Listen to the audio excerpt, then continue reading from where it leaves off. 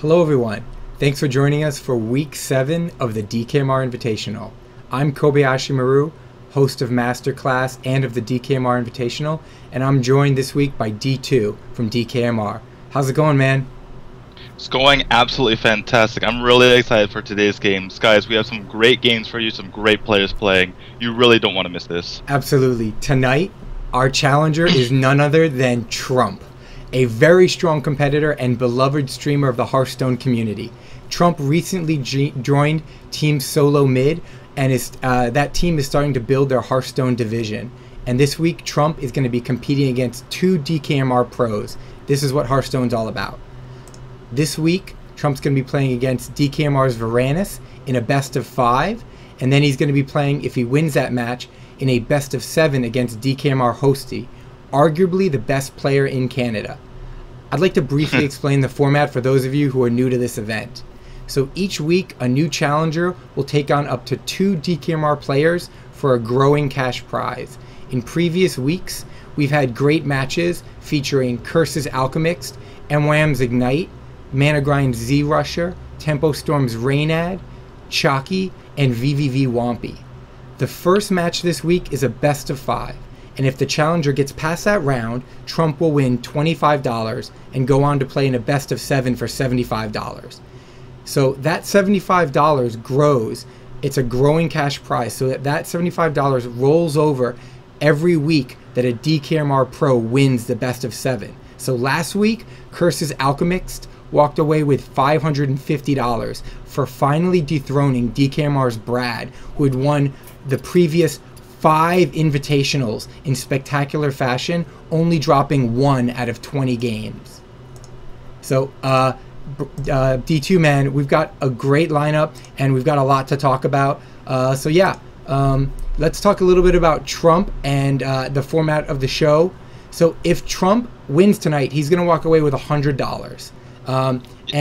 That means that the prize pool resets to $75 in the best of 7 match for next week, as it did last week when Curse's Alchemist dethroned Brad.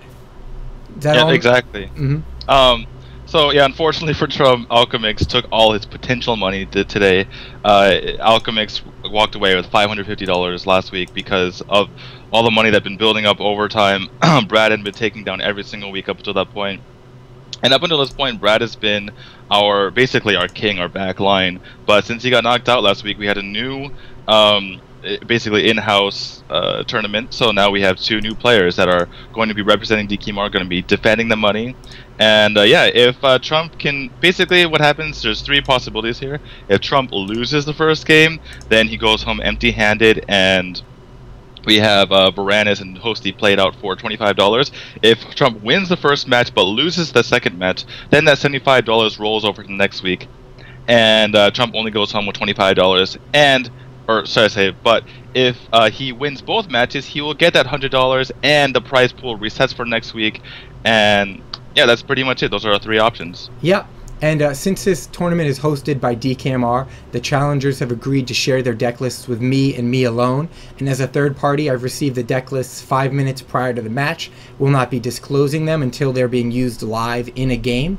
And because the challenger could be playing 2 back-to-back matches, he can pick completely different decks for the best of 7 match. And he has the option to change those decks before he starts that best of 7 match. I also have the DKMR deck list as well for fairness. Just a note as well, guys, that the players are on an 8-minute delay, so we have a little bit of time before we catch up to the player streams, which we'll be watching. Yeah, and we're going to talk more about their team, but guys, game number 1 is about to start, so we do not want to miss that. So we're going to jump on in to game number 1. Yep, and we have Varranis of DKMR and Trump. I don't think we talked about Varranis enough. I mean, he's been doing great. He recently won Zotac, got a ticket to the BlizzCon qualifier. He also got got in semifinals of NESL. He's a very good player. I think it's going to be a very, very nice match. Yeah, so this is a best of 5. DKMR Varranis versus Trump. Trump's on the bottom. And we didn't get to talk about the players because we were introducing a lot of things. But as we said, Varranis is a top pro. And as well, yeah, we're going to take a look at these mulligans here. And it looks like Trump is playing a version of a Zulok with some Naxxramas cards in there. And Varranis is playing, looks like a Miracle Rogue with a Shadow Step in there. So this should be a really interesting first match to get the night started. Yeah, so basically a standard Miracle Rogue coming up here. We're talking with the team. We're kind of worried about, you know, Trump's zoo because it's very good, and looks like Trump is busting out, you know, the new Naxxramas type of zoo. And this is like one of the first times we're ever going to see, you know, Naxxramas cards in competitive play. This is really exciting. Yeah, and it looks like he's getting rid of Soulfire, getting rid of Doomguard. Some people like to keep Soulfire, chooses to keep it, okay. And we've got Shadow Step, Backstab, and Fan of Knives, which in Zoo is a really solid keep. Yeah, basically, he has his 1-drop, he has a 2-drop. He figured there's a good chance he's going to be able to draw into his early game, and that Soulfire will be a really, really nice tempo play. Basically, if you don't have your early drop, it's probably not a good idea to hold on to that Soulfire. And looks like he's going to come out swinging, throwing out that Argent Squire plus the Voidwalker. Yeah, I mean, that's a fantastic early turn. There are some other turns you want, but a 1-1 with a Divine Shield and a 1-3 to protect it, not bad. Not bad at all as a start for a Zoo. But we have a very nice hand for Varranis. We have that backside, we have that SI7 agent. I would look for him to just dagger up here. And not waste that backstab. The only problem is that these guys are actually pretty sticky. It's kind of hard to actually kill these. You really want to be killing like a Knife Juggler or Flame him with that SI7, but looks like that's not going to be the case right here. Yeah, that's what makes these cards so good to start off with, right? I mean, as you said, they're sticky. So now we got the Spider, the Creeper. So it's a 1-2, and it creates two 1-1s. Is that correct? That is true. So that is correct. 1-2 and 1-1. It's an interesting card because it's hard to know whether you should be keeping it and just keeping it as like a threat, kind of like a Harvest Golem. It's like, you know, it's hard to kill, or, you know, should you be sacking it just to get those 2 1-1s out there? Yeah, and he brings out the SI agent. Looks like he's probably hoping to Fan of Knives on a future turn. He's got all these 1-1s out here, unless he trades the 3 1-1s for the 3-3. Yeah, that could be an option. I think Trump might go for a Soulfire here just to take complete control of this board right now. Yeah, I mean, that is typically what you see a Zoo do. And now that Fan of Knives doesn't look nearly as good, right? You only clear 2 minions with that particular card. Yeah, unfortunately for Trump, he discarded the Dark Iron Dwarf, which would have been a very nice turn 4 play. Yeah. He didn't want that Hellfire in his hand. He doesn't need that Hellfire right now. Exactly. I mean, he has total board control at the moment. But Varranis does get that backstab, and he's coming back. Looks like he will take out most of this board, only leaving a 2-1, basically the equivalent of like a damaged golem. Yep. So he's gonna tap here, bring out the Dire Wolf, and then drop down the Elven, or keep the Elven. Okay, he's gonna keep the Elven. Oh, that was all his mana, right? Excuse me. Yeah, no mana. Yeah. So yeah. So that extra 1 damage on the face is pretty nice there, and. Is there an issue with Varranis' stream? His cards don't seem to be updating. Okay, hold on. I'll take a look. Yeah, so it just seemed like I'm just trying to see what Varranis is top picking. Looks like he looks like he drew a sap, which means that he probably doesn't have any good cards in hand right now if he's sapping that. Although it does allow him to combo into SI7, so maybe that's the only way he could combo it, which is fine. Yeah. And Trump is coming back with that Hellfire. Very interesting use of Hellfire. I suppose he figures he's not going to get a better chance for that. So it's a pretty good read by Trump. Basically saying that, you know, it's not like he's going to have, you know, 2 or 3 drops on the field at any point. And the rest of the cards in the deck are basically 4 health or higher. So pretty good read by Trump there. Takes back control of the board. And Varranis is looking at a Gadgetzin with no way to cycle cards other than Shadow Step. What he could do is Van Cleef, Shadow Step, Van Cleef, and get a nice big 6/6 out there, which is really, really hard for Zoo to deal with. And that's not bad because ultimately you need to sort of establish your own presence, especially at 16 health, knowing that the zoo is going to continue to tap and constantly barrage you with minions. So getting a 6/6 out there, knowing that a Soulfire was used is pretty helpful. In Trump's hand, we do see that Defender of Argus is really, really nice in this situation. Like, Defending Argus and Argent Squire is one of the best things you can do. It's super, super annoying. Like, even if Varranis gets this 6/6 out, which it looks like he's gonna do, okay, so he's gonna take off that shield. He knows how dangerous that can be. Yeah. But if he hadn't taken off that shield, that'd have been super annoying. It takes him 2 attacks to get through that guy, and you know, he might be just taking damage the entire time, and Trump could basically have the option of racing him. Get to flame him, so I think he's gonna wanna. Is he gonna want to play this and then Defender up? Because ultimately, all this stuff's gonna get to be cleared by the 6/6. Yeah, but the 6/6 takes a while to clear everything, so I can see why he'd be going for this play. I mean, there's really nothing else to do. You can't just like concede, right? You can't just concede for sure. Go face with everything. So exactly. Yeah. He's just basically gonna clear the 6/6 when he's able to clear it. He's not gonna clear it himself. So once this Van Cleef attacks in, Trump will have a decision to make whether or not he wants to clear the Van Cleef at that point, or whether he wants to just keep going for face. I think he's probably just gonna go for face. If you think about it, Van Cleef has half the health that Varranis has at the moment, so you know. Yeah, no, absolutely. And Drake is coming down is tricky because you can't then dagger up and poison. You only get 1 poison, but Shiv for 2, that's nice. Okay, gets rid of the 3/2. Oh, that's a very, very good draw for him. Actually. Yeah, I think you get rid of that 3/2, right? Yep, he does. So he clears out the 3/2. Get rid of one of the 2/2s, and then you just hold on, see if you can outlast. And we're gonna have Trump here tapping with a Harvest Golem and Argent Squire. Play those both down. Yeah. So basically, Varranis is a very, very nice board lead, but Trump has, you know, the health lead essentially, and he's putting down 2 really sticky minions, which means it's really, really hard for Varranis to clear. And Varranis doesn't know this is a new deck because you could have like Nerubian Egg in here, which means if you have Nerubian Egg, then you might have Power Overwhelming. So these sticky cards might be a way for Trump to just win the game. Absolutely. And even if, I mean, he's basically, Trump's trying to race to kill him at this point. You know, it's been a race since he stopped trying to deal with Van Cleef, which was a few turns ago. Yeah. So. Yeah, exactly. The minions that Varranis has on board have more health than Varranis does at the moment, so no need to go for them, even if some of the stuff on the board is scary. Yeah, I mean, you could even backdoor a couple cards to finish the game off if you're Trump. So this is really getting down to the wire here. A good first game by both competitors. Yeah, very, very nice first game. This is really, really close. Let's see if Trump can pull out this next one, or if Varranis can survive to pull out the win. So it looks like that Van Cleef's coming down as an 8/8 now, full health, pretty solid. Yeah, a lot of pressure. So 8 damage.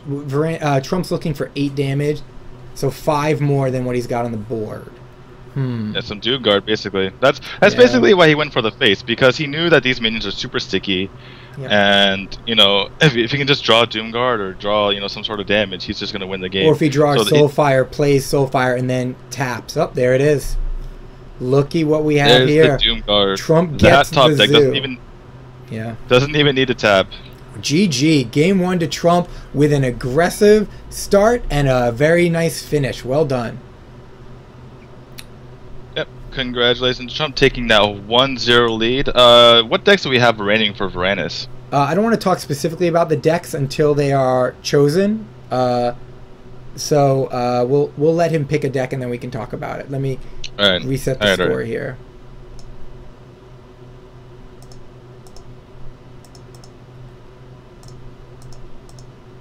All right, guys, we're gonna get into game 2 in just a moment here.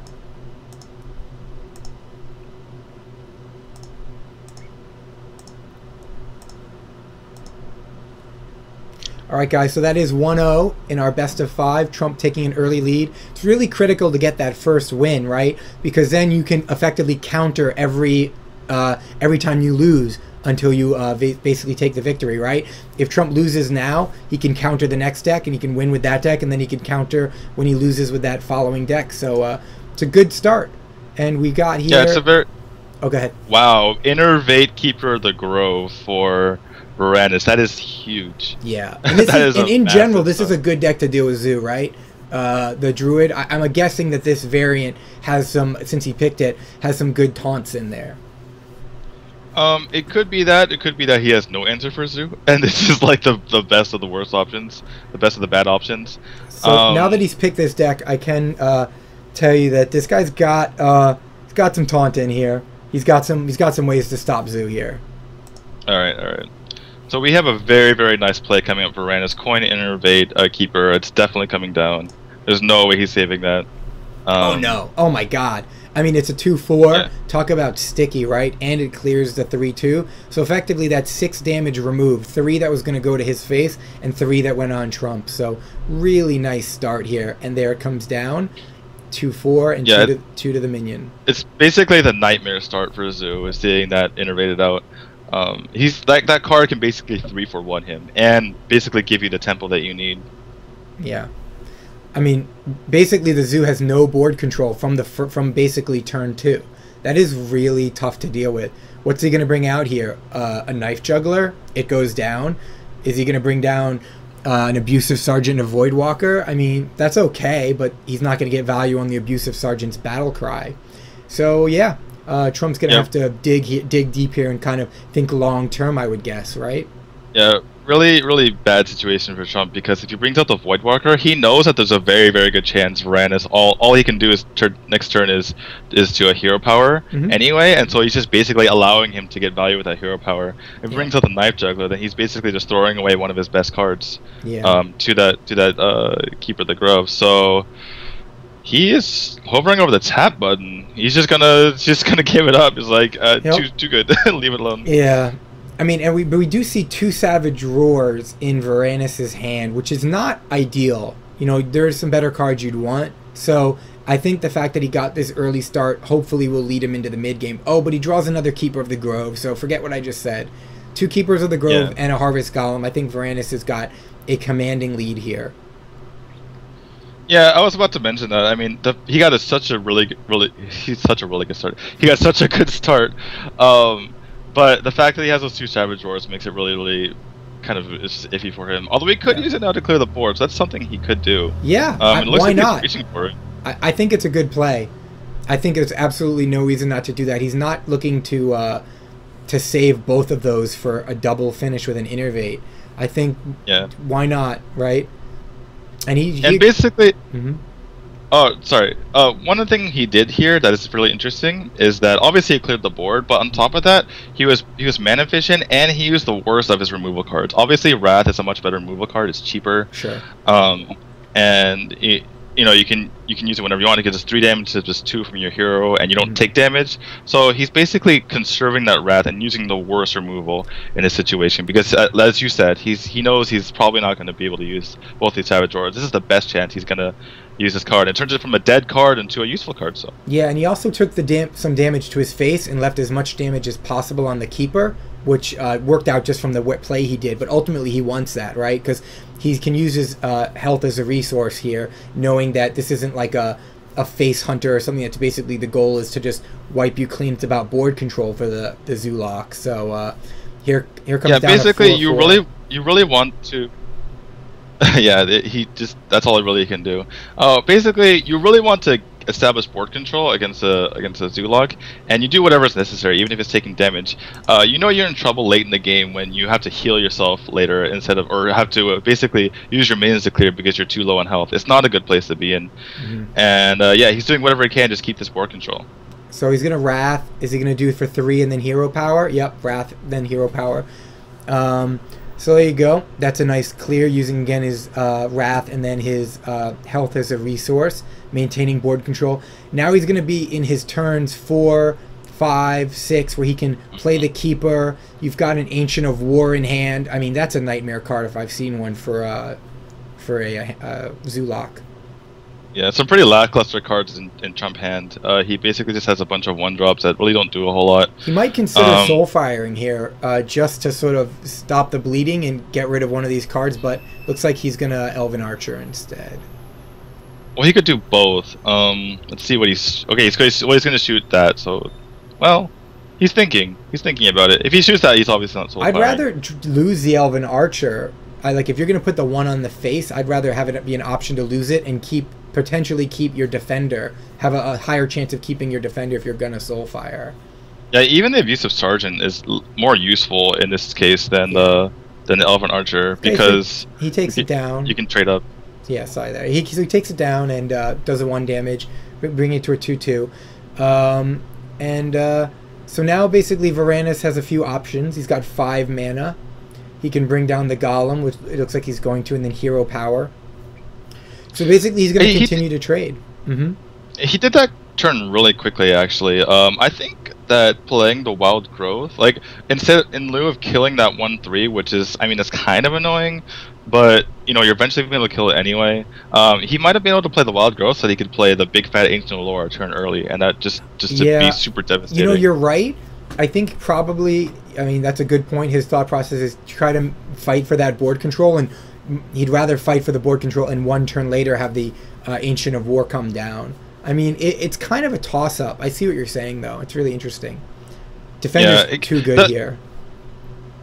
Yeah, the funny thing is that, like, either play could be considered, you know, the quote-unquote greedy play, because you're greedy going for the Ancient Lore, or you're greedy just trying to maintain as much board presence and, like, keep every single minion on the board as possible. Yeah. Keep every single minion on the board as possible. My English is failing me today. That's all right. No worries, man. At least you're describing the game properly. That's probably a little bit more important. So he's got that Keeper. It looks like on turn 6 that Keeper's finally going to want to come out, and then a Hero Power perhaps, even if he doesn't trade. I'm a little bit surprised. I'm a little bit surprised actually didn't use Wild Growth there, because I mean obviously it's not going to change his next turn. He's definitely going to be throwing the Ancient War, but that brings him closer to the combo. If he had played Wild Growth there, then he could have had the combo in 2 turns and just ended the game. And like, Trump is low enough that, I mean, obviously he's like, Varranis is way ahead here. He's probably gonna win, but if you can win in 2 turns and just make it so hard, like if Trump does not clear his Ancient of War in 1 turn, Varranis would have won the game. Right. So I think that's a bit of a mistake. Not just going for the Hero Power there. He's thinking like, oh, I've already have all this mana. I'd rather have it for the card draw. But I mean, so many cards in Druid are so expensive that there's a very, very high chance that you're never even going to be able to use that Wild Growth to get a card. Yeah, and you know it's interesting because now you've got a really full board with 2 Taunters, a 4/3 and a 4/4, and you got a 2/3 Defender and a 2/2. So Varranis has a lot to deal with at this point. Yeah, well, he can put up that Ancient of War and soak up a lot of damage. Basically, like, clear the board defensively. And, well, kind of. What is that, a 4? The 4/3 or 4/4. Yeah, one of the things that will survive when he clears that, but he'll mostly clear the board, and he can basically play for the combo the next turn. And I believe I can't see it clearly. Is it 12 health? Is that right? 12. That's correct. Yeah. So basically, it's going to take 3 of those 4 minions to clear out the Ancient of War as it stands now. Depending on what he draws, could change that. And then of course, as long as you're under 14, then there's no taunts on the board. The force combo ends it. So yeah, Varranis could also just clear the board here with the combo because he does have that Innervate. So if he clears the board, there's not a whole lot that Trump can do, right? Like he clears the board, then he just plays the Ancient War next turn. I mean, I think either play is good. I don't think. It's really, really hard for Trump to win. I guess this the game. silence. If he's afraid of silence, that might be one reason not to play the Ancient of War. But looks like he feels like it's okay to play it. So there it goes down. 5/10, pretty hard to deal with. And Trump draws a Doomguard. So that's the best thing to draw. Fantastic draw. Yeah, that Doomguard's going to survive the hit, and he can now tap. So the question is, will Trump be thoughtful enough and cognizant enough of the combo to keep his taunters in place? Let's see. Yeah, he's probably probably worried about the combo. Yeah. So he gets Trump's rid of it. getting some Amaz draw today. Yeah, it looks like he uses his 4/3, so he doesn't actually save both of his taunted minions. He gets the value, if you will, instead of protecting. And that's going to be game. Yep, because he doesn't save both taunted minions, the 4 Savage combo with the the Golem on board will end it. And Innervate for what? Good measure? Oh no, because it was turn 8. He needed that. Innervate. All right, well, yeah, turn 8. Yeah, he needed Innervate. Yeah, that was a pretty solid game 2. Varranis striking back. Now it's 1-1, and we're gonna see what Trump can bring up. Yeah, very important game there because like mid-range Druid can be okay against Zoo, but without that early, obviously he has the Ancient War, which is nice, but without that early Keeper of the Grove, it basically becomes a really hard matchup. And the fact that he's able to pull it out means that he can actually use this Druid to good effect later, rather than just getting rolled over by Zoo for the rest of the series. Yeah, I mean, a fantastic start. Equally fantastic of a start that Trump had in game 1, right? So I guess this will make or break. What does Trump pick? It looks like Trump is going with a shaman. So we've got a shaman here for Trump versus that druid. And this is a pretty decent matchup in general. We'll have to see specifically what he has. But we have a Nerubian Egg Shaman. So Nerubian Egg Shaman. Wow. So this is really interesting because Trump is a player who is pretty versatile, I would say. And we didn't really know if he's going to be coming out playing Shaman. And like the thing with Trump is sometimes he goes with the meta when he realizes it's really, really strong. Like he put a lot of effort into learning Freeze Mage and Miracle Rogue, but he can also just pull out some crazy decks if he wants to, and this is looks like it's one of them. Interesting. He's considering keeping the Azure Drake, which is a really more mid-ish game card. He'd have a coin, so he could potentially bring it out on a turn 4. I always like keeping a Feral, but I really think you want a Hex to deal with a Druid. So I would prefer to get rid of the Drake, keep the Nerubian Egg. Obviously, that's an early game card. Maybe get rid of the Nerubian if you don't have any way to activate it, if that's what he's thinking. So maybe get rid of the Nerubian. But I don't know about keeping the Drake. So he ends up keeping the Drake and the Feral here. Yeah, I mean, I actually do like keeping the Drake. Actually, when I played in this DKMR Invitational and Varranis was casting with you, I did the same exact thing. I kept a Drake and a Feral Spirit against a Druid, and it ended up working out because basically, since it's a mid-range type deck, you can having that turn 5 play, like being able to turn 5 Azure Drake, it's a very nice play, and you just basically want to have that in your hand. And as a Shaman, you're going to be drawing a lot of spells, and in that case, you don't want to have your whole hand be spells. So having that guaranteed, good, nice, fat minion that draws you card, gives you spell damage, a nice threatening minion to put on the field, like guaranteed, is really nice. But then keeping the Ferals is odd because you bring out the Ferals on turn 3, that locks you down on your turn 4, so you're not getting out that Drake. So I guess you'd be using the Drake on turn 5 with a spell, maybe with the inner. So okay, so interesting. Very interesting. He's also got the Blood Mage, which will allow him for a sort of easier mana use to get that spell damage off. Looks like he's contemplating the Ferals here. Next turn he'll have 2 mana then, which isn't the worst. 3 mana if he uses the coin. That will slow down the Tazdingo, but it's going to trade efficiently. It's going to kill 1 minion and still have some hit points left. Really tough spot for Trump here because Varranis was able to get that turn 2 Wild Growth, which is a huge... I mean, it's huge against any matchup, but I mean against Shaman, obviously, since both of them are more like kind of control-y decks. I mean, it's just a huge thing to have happen. I'm sure Trump is pretty. So he could Lightning Bolt to get rid of that minion, but he's still not going to get to clear the Yeti. There's an off chance, yeah. So it looks like he's going to Lightning Bolt and then Argent and go face. Yeah, so he's going to deal with that Yeti on a future turn. Okay, I think that's a pretty solid play. I think you allow yourself the time you're going to need to get out maybe another spell, or if he brings down more minions, Lightning Storm. So yeah, you could possibly you could coin Blood Mage Storm now, and that'll guarantee a kill on 1 Yeti. And if you get a good roll, you could kill both Yetis with the Argent Squire. Yeah, exactly. I think that Varranis made that play too quickly. He had the opportunity to clear the Spirit Wolf with Wrath, and then hit face with 2 Yetis, and basically you have 2 4/5s there, and it's really hard for a Shaman to deal with unless you have Hex. I mean, he has Hex, but I mean, you do not want to be hexing a Yeti when you know there's Ancient of Wars in the deck, right? What do you think about? What do you think about bringing out a Drake with a 4/5 clean Yeti on board that's unhurt? I mean, that's a pretty bad trade right there. Well, if he does trade, then he does get to Lightning Storm the next turn. So he's basically setting up for future turns in this instance. And you know what? Varranis has a Drake 4 damage Wrath. That's even better. Nice. Wow. All right, so I guess that's what he was just saving it for, I'm guessing. Yeah, I don't know. that's pretty strong.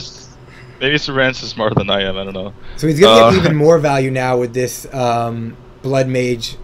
So he gets one. He will definitely get a second one now with the Argent Squire. I would prefer to get rid of the Drake here because of spell power, even though it doesn't really matter. Oh, Earth Shock. He's got one extra mana. Clear both. There you go. Nicely done.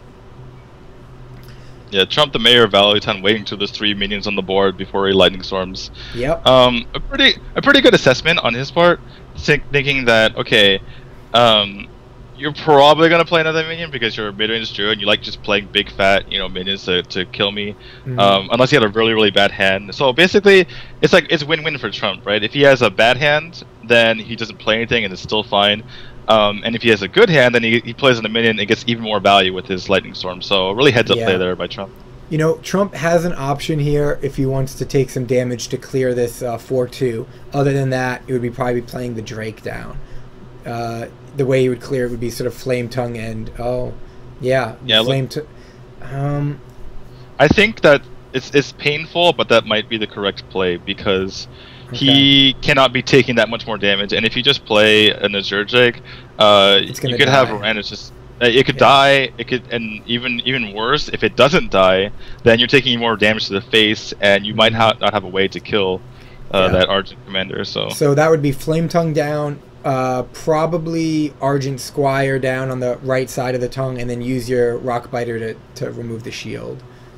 He could try to get greedy and just play a totem, just to make sure he gets a totem out every turn. Yeah, but when you've got the Squire down, you're going to get 2 hits with the Flame Tongue. I think that would be better here. But yeah, maybe.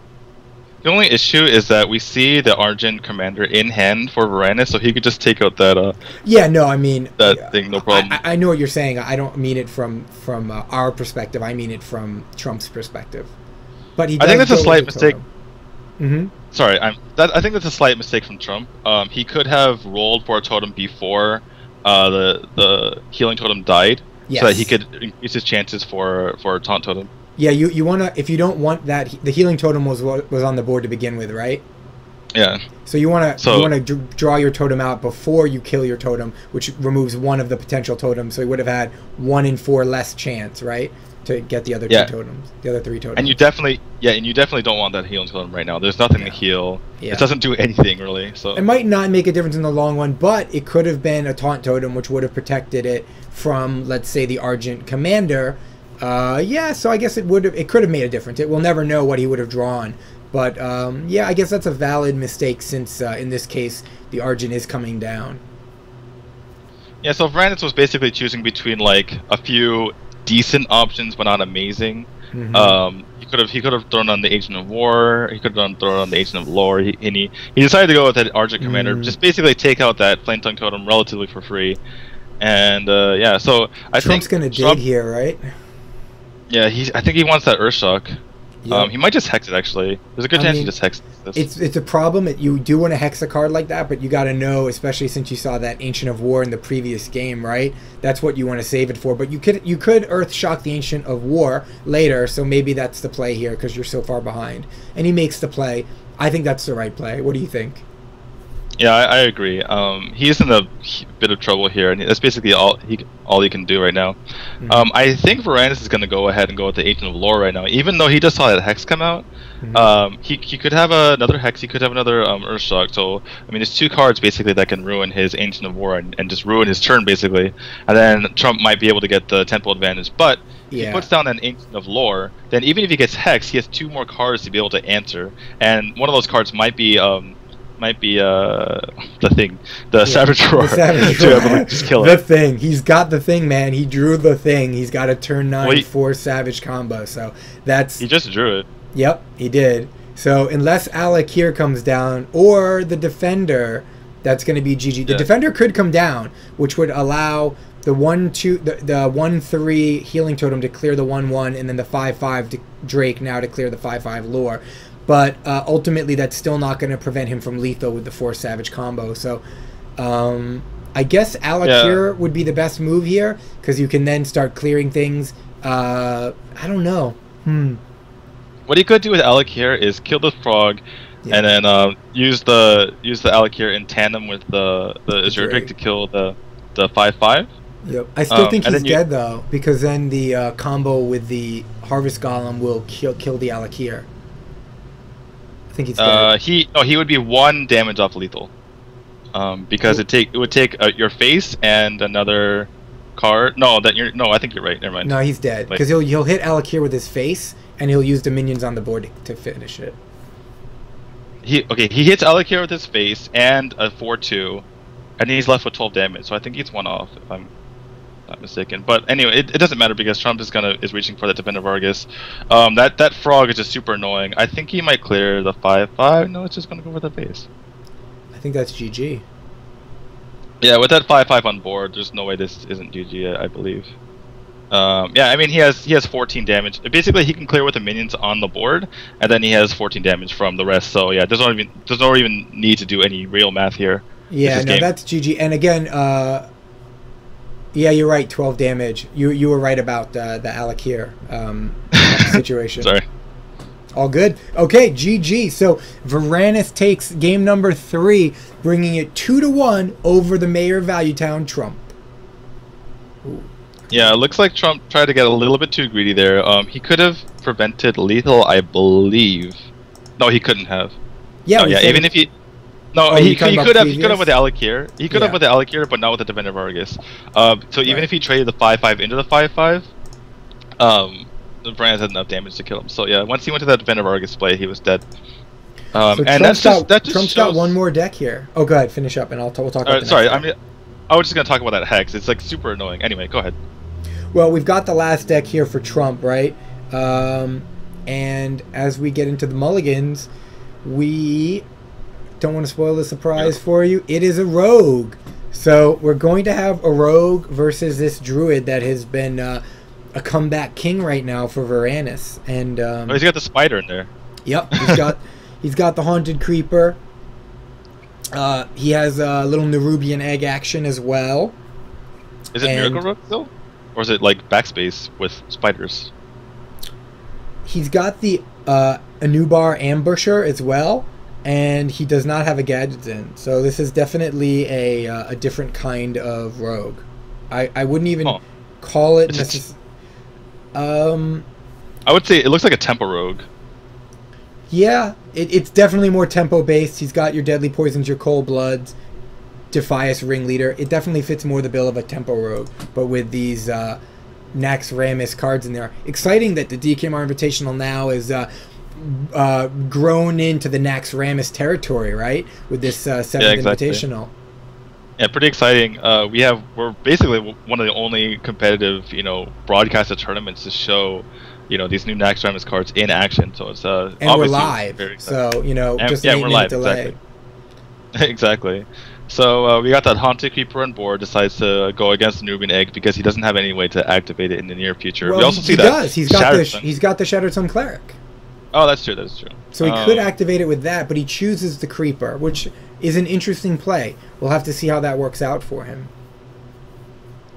Yeah, it's hard to know. It's hard to put analysis on this because these cards are so new. It's kind of hard to see what the best action is for these cards, like how best to use them. Well, see, I like the Abusive Sergeant now because see, now he's got 2 ways to activate. So ultimately, now that he's played it out the way he has options. He can use 1 health if he just wants to activate it. He can use 2 attack on it. Excuse me, if he wants to actually clear something. So he's got options.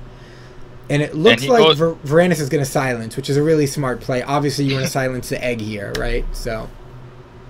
Yeah. So basically, that egg just turns into like nothing. It's a body. He could still use it to clear if he wants. If a 2 health minion comes out or something, but it's a lot more useless for sure. Yeah, it's very, very useless. It's just like a totem that's been silenced, which is I guess that's a bad analogy. Why you gotta hate on totems? Don't be hating on totems. Yeah, I mean, I guess the question here is, I wonder if Varranis decides to end up clearing this at some point, this O2, because he knows that there's ways to, there's going to be ways to activate it in Trump's deck. Well, let's see what so Varranis it might become an has issue going. later. Varranis has Wrath, Argent Commander, Savage Roar, Druid of the Claw. He's got 2 Argents, excuse me, Ancient of Lore, and Force of Nature. So, yeah, I mean, he's got a combo in there. He's got some mid-game cards. He's got the Druid of the Claw. I think he's going to have to sort of maybe Wrath it up at some point. Yep, and clear. I think that's what I would do. So it looks like he Wraths for 3. Yep, that's a good play. So he's going to... My guess would be he's going to Wrath the 2/4 here. Yep. And he's going to use Hero Power to clear it. And then I would clear maybe one of the 1/1s. Or you could get rid of the egg for free. But I don't know. What would you do here? Oh, he already attacked into the 1/2. Which I don't... Oh, excuse me. I don't think I agree with. Okay. I don't believe I agree with that. Like, why Yeah. would you give him the opportunity to have those 1/1s out do damage? Yeah. It's kind of like attacking into a Harvest Golem. It's like... Well, now you just let him kill you next turn. Yeah. No, I agree with you. Sorry for the mistake. Yeah, you wanna leave that for a turn when you know you can clear it with like a swipe or something, which he does draw. I guess that's why he did it. He just like he knew the swipe was coming, right? He had intuition. Okay, so the issue here is that Trump does have Cold Blood, so now he can like kind of semi-activate or basically activate his Nerubian egg and make sure that Varranis has to kill it. And the only way he can really deal with it is a Force of Nature or an Argent Commander, which I guess are decent options. But then you have that 4/4 coming back. Which you don't want to annoying. bring down the Ambusher, I don't think, here, because that could potentially bring... Well, actually... Yeah, you want to wait till the Nerubian egg that's not silenced gets triggered before you bring down the Ambusher, right? Maybe you take the other Nerubian egg back into your hand with the Ambusher, perhaps, at some point in a later date. Yeah, that's true. So, yeah, we see him going for the Cold Blood. That's definitely, I would say, the correct play here. Because you've already seen the Silence, and now he has to deal with it, and once he deals with it, a 4/4 comes out. Yeah, not bad. It's like a Cairn, basically. It's like a damaged Cairn right now. A really, really weak health Cairn. Yeah, a Cairn that's been swiped, maybe, or been hit by a Yeti, but... Yeah. Alright, so Varranis here, 6 mana. You've got the Argent Commander. You've got the Druid of the Claw if you don't want to be mana efficient. You could... Yeah, I like the Argent here. I think you get rid of the 4/4, right? You deal with the 4/1 later. Yeah, you don't make his board bigger. you don't take but he did it before, man. He did it before. That's true. I think these Nax cards are just throwing Varranis off a bit. He's like, oh, I gotta kill this one too. Very good draw for Trump right here. You can just take that out with SI7. Basically, keep the 4/1 threat on the board, basically, so you can keep both sides of it. I was gonna say earlier that Varranis really needs. Oh, he's gonna throw out that Shattered Sun. Huh. Anyway, what I was gonna say is that Varranis really needs like an Innervate because his card quality is so good, but it's so clunky. He has nothing to do. Yeah, and this board is getting scary. Look at this. Like, we've got a significant amount of damage to the face. Varranis is at 16 health, and we've got some scary minions on the board. Not to mention a 4/4 coming out sooner rather than later. Yeah, I think it's in general, Temper Rogue does not do well against Druid. Obviously, these new cards can possibly shift the matchup. Yeah. But before it wasn't very good. I don't know about now, but I think that between Trump playing decently and Varranis maybe making a couple mistakes, he's kind of being thrown off here. One minor mistake. I don't think he. So it looks like he's going for that Force. No. Yeah, no that's true. Okay, maybe I'm being too critical. So, okay, get rid of the 3/2. Let's see. I hope he doesn't get rid of the 4/1. Okay, yeah. So, that's interesting. By making that Silence Nerubian Egg a 1/2, he drew removal. That's kind of interesting. Yeah. He's also... Trump is really not wanting to play this. Okay, he finally puts out the 5/5 spider. Yeah, I don't know. That's a tricky one. You granted you have other minions, but if somehow Varranis is able to remove the 3/3 and the 2/3, then clearing the 5/5 is going to be beneficial to him because it removes the 4/1. We'll see how this works out, though. But yeah, but I think the 5/5 the threat is so big that he has to play it down. I was kind of referring to your earlier what you were saying earlier about if you put the Anabar down and you basically get to have the Neuriban egg back in your hand, that would be kind of nice. The silenced one, right? That would have been really yeah nice. the silenced one exactly. Yeah. Although you are playing a game of just like a coin flip basically when you're. He feels like he's already ahead, even though he's out of cards. Yeah, I mean, he has some soul. Varranis is at 9 health, right? I think you got to play everything down and try to get that finish. This is tempo in our we believe this to be a tempo deck. It looks like a tempo deck. It's acting like a tempo deck. Yeah. And a second force comes down. So no matter what we can say, Trump has done a great job in making Varranis use out 2 of his win condition cards. Exactly. I know he has 2 Savage Roars in his hand, which are pretty useless. Yeah.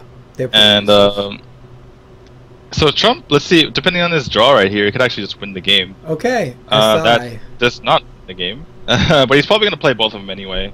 Get the 2 damage on, get him down to 4, get him down to 3 actually. 3 with the hero power. I think you're so close, you do it, right? Or no? He says no. Okay. You know what? This is actually kind of smart because if he draws anything that he can use, which is likely, then he just kills him 9 taunts. Yeah, even with the hero power up, right? Doesn't matter. Actually, that's a really smart play. My mistake. Playing those down would have been a big mistake. Although, there's not much to clear this board anymore, right? So if Varranis reads into this, he could play the Ancient of Lore, but it doesn't help. So I think, yeah, Varranis is dead. You have to play the Ancient of Lore, don't you? But he's dead. Because then he just takes 6 to the face from the minions on the board, and he takes 1 from the hero, and then, yeah, so... Yep, you're right. Unless Trump draws something which he cannot use, like he cannot physically play, like a betrayal or something, he's dead. Yeah, so I'm pretty sure this game is over. Yeah, I think you're right. Looks like he'll bring down the Druid of the Claw in taunt mode. It's, the best he can do at this point.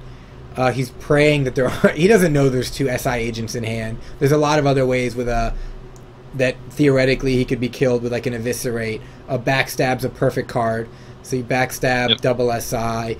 And GG Trump brings it back to even at 2-2, taking out Varranis' Druid finally.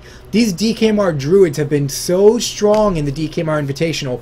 Brad certainly with the strongest Druids, but now Trump has brought it back 2-2. So we've got a rubber match on our hands. Exactly, and yeah, very good game there. I was kind of disappointed that Trump didn't go for the BM and backstab his own minion to get the kill there.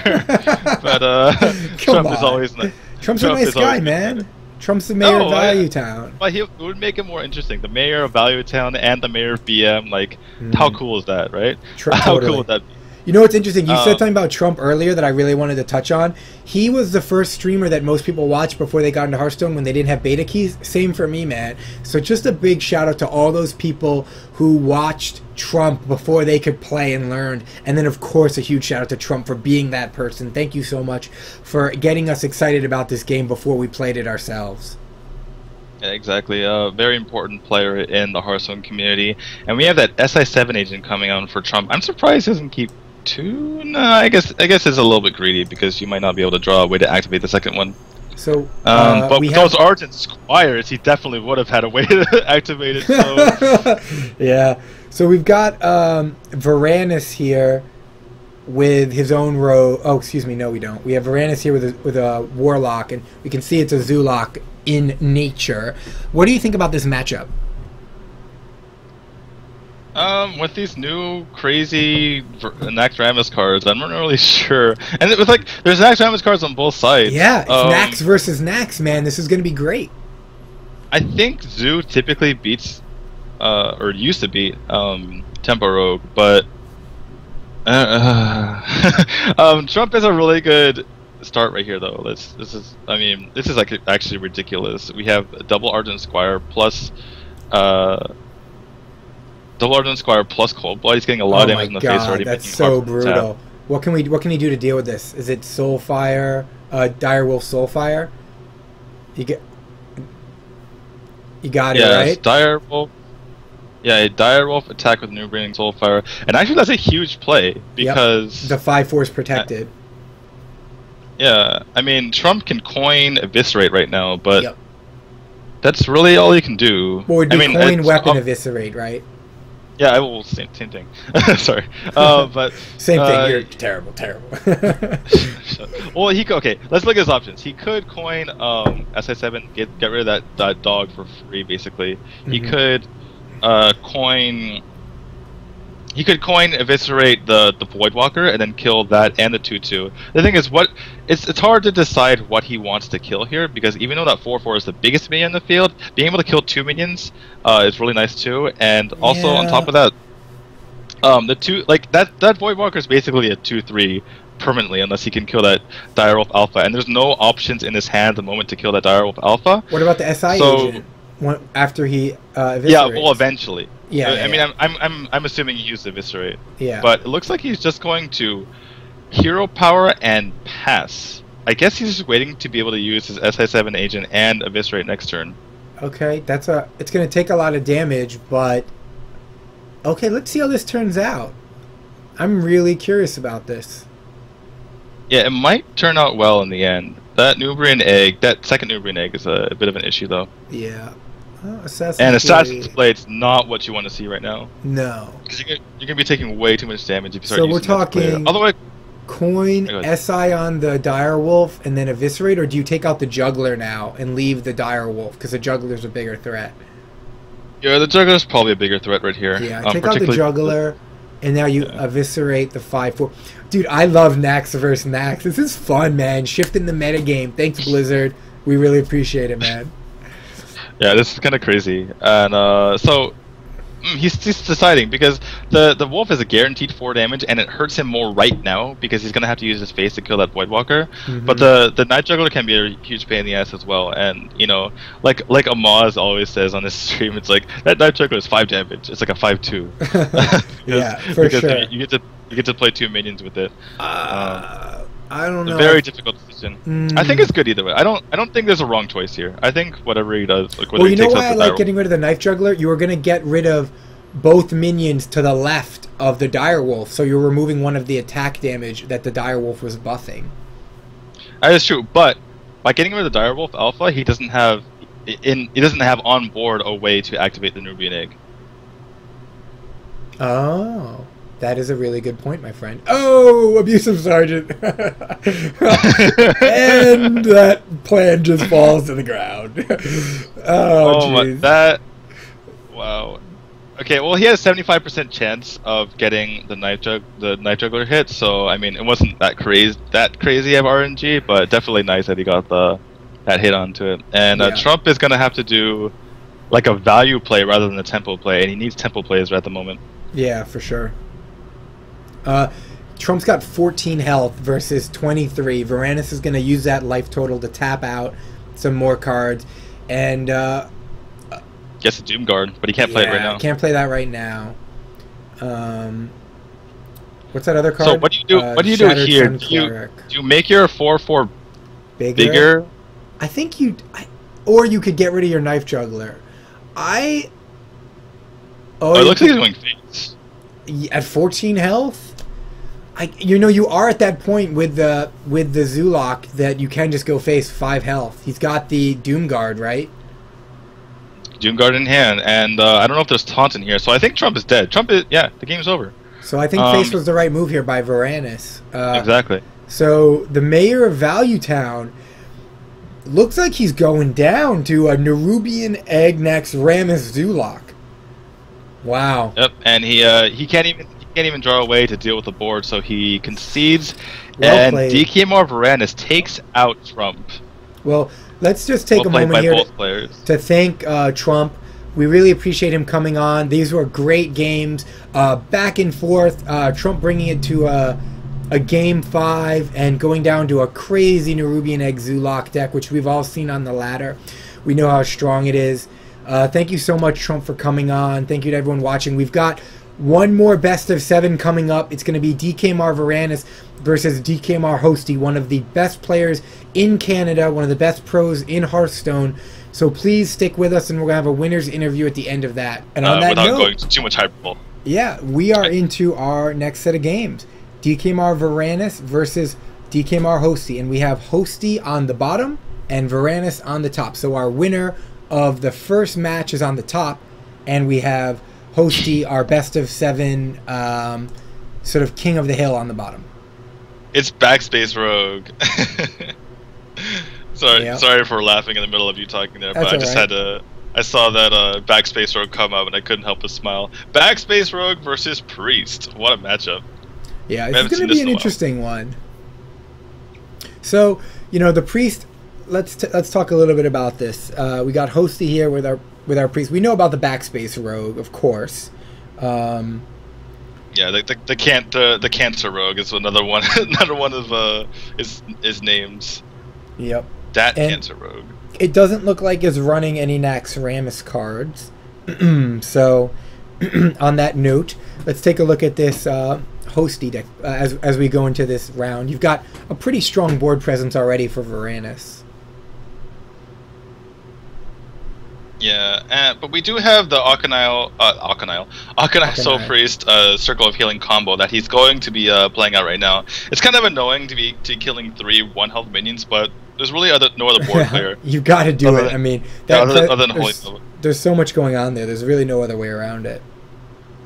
Yeah, and then you save yourself 6 damage plus another 1 damage right here because Varranis is forced to kill that.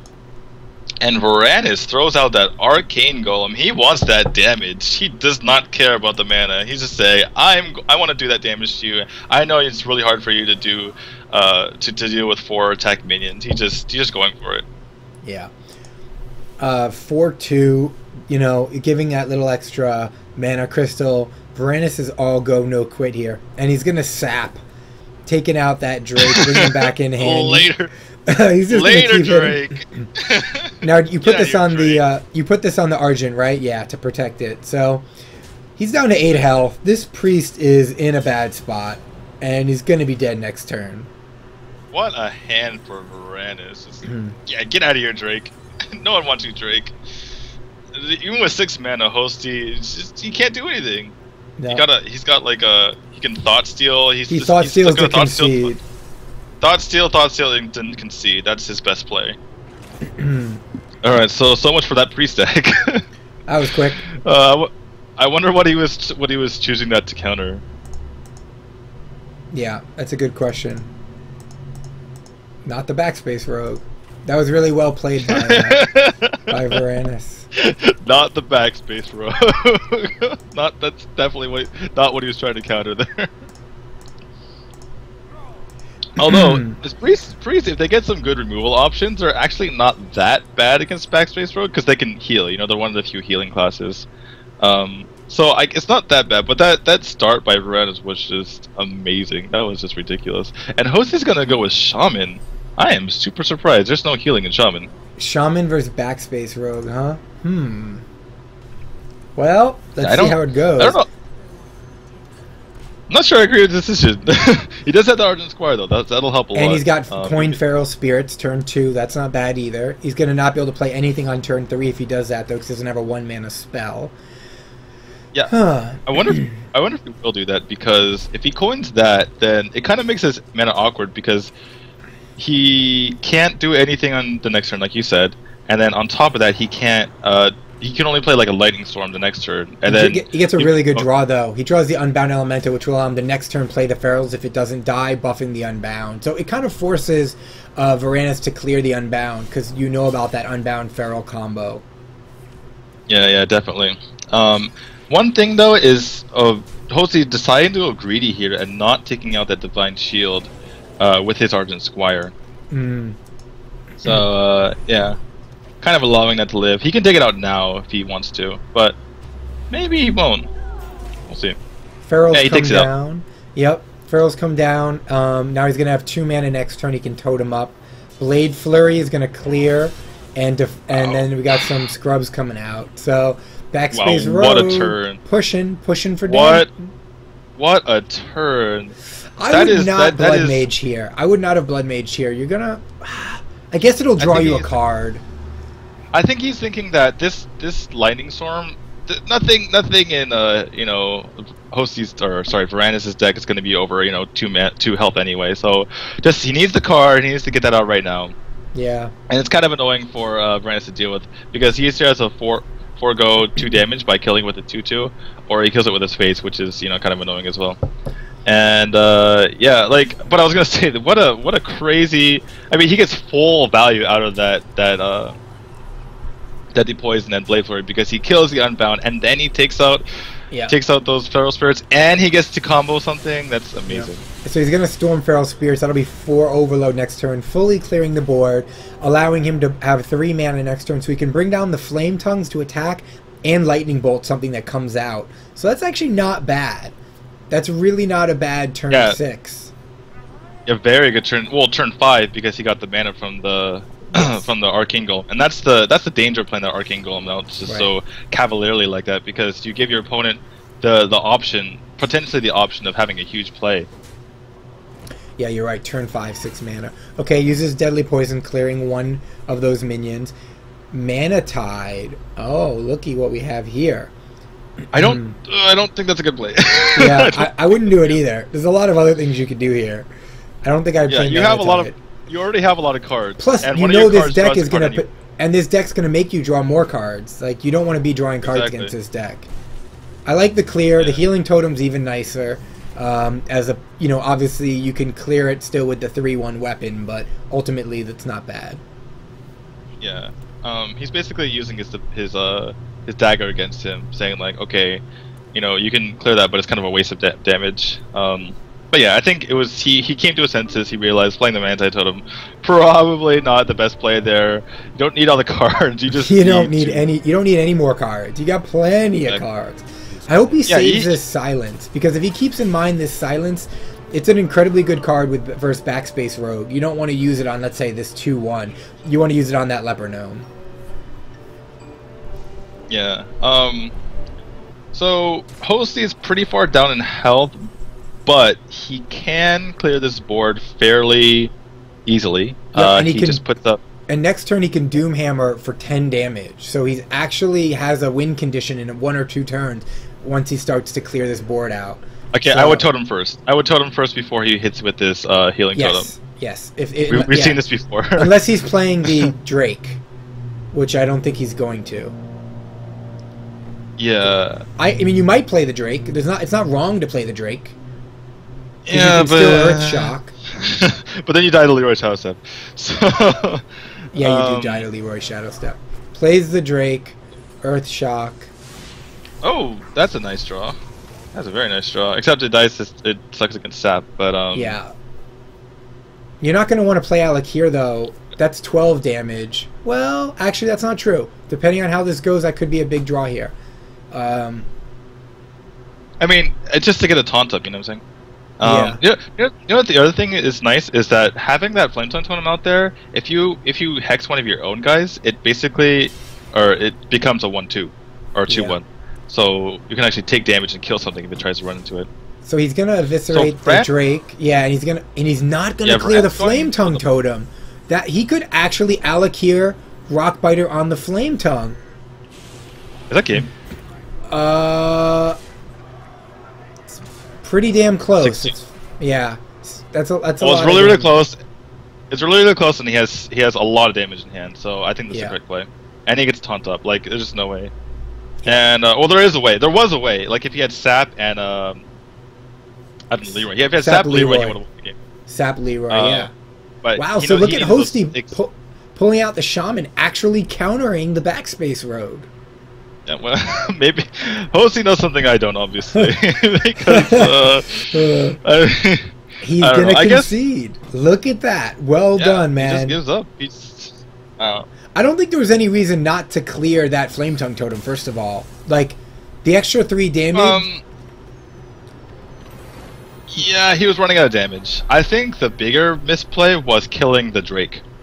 I think I would have played Mukla plus the dagger and just gone for a face. Have Mukla just kind of delay for a turn, and then you basically save your Viscerate to just go to the face. Okay. So, but I mean, I think either way he would have lost because you could have used the Alakir to just kill the Mukla, and then, I mean, he'd be really far down in health. Yeah. But he could have just played the Alakir again the next turn, and there's very little chance he has another Sap. All right, we got a Zulok. So let's see what we have coming from Varranis. It's a Zulok. versus Alright. oh, there's Violet Teacher in this deck. Interesting. So to note here, keeping the two Violet or having two Violet Teachers, this deck versus Zulok, you really need your Storms, right? That's a critical card. Earth Shock's really nice too.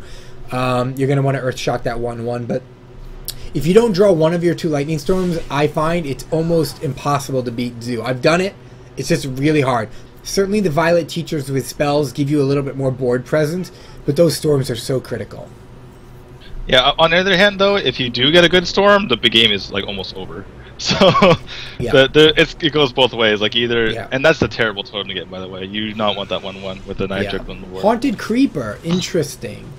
So you could silence that, but there are probably more important things to silence at this point. Yeah, it's hard to know. I mean, obviously they're teammates, so they kind of know what decks that each other's playing. Mhm. But if, like, for instance, if he's playing some sort of like Divine Shield, like a Scarlet Crusader, which is usually really annoying to deal with, then that would be a prime Urshock target. Yeah. But it's hard to know what's actually in there. He does have that Black Knight, which is a really, really bad card to draw at this moment. Although it could come into use.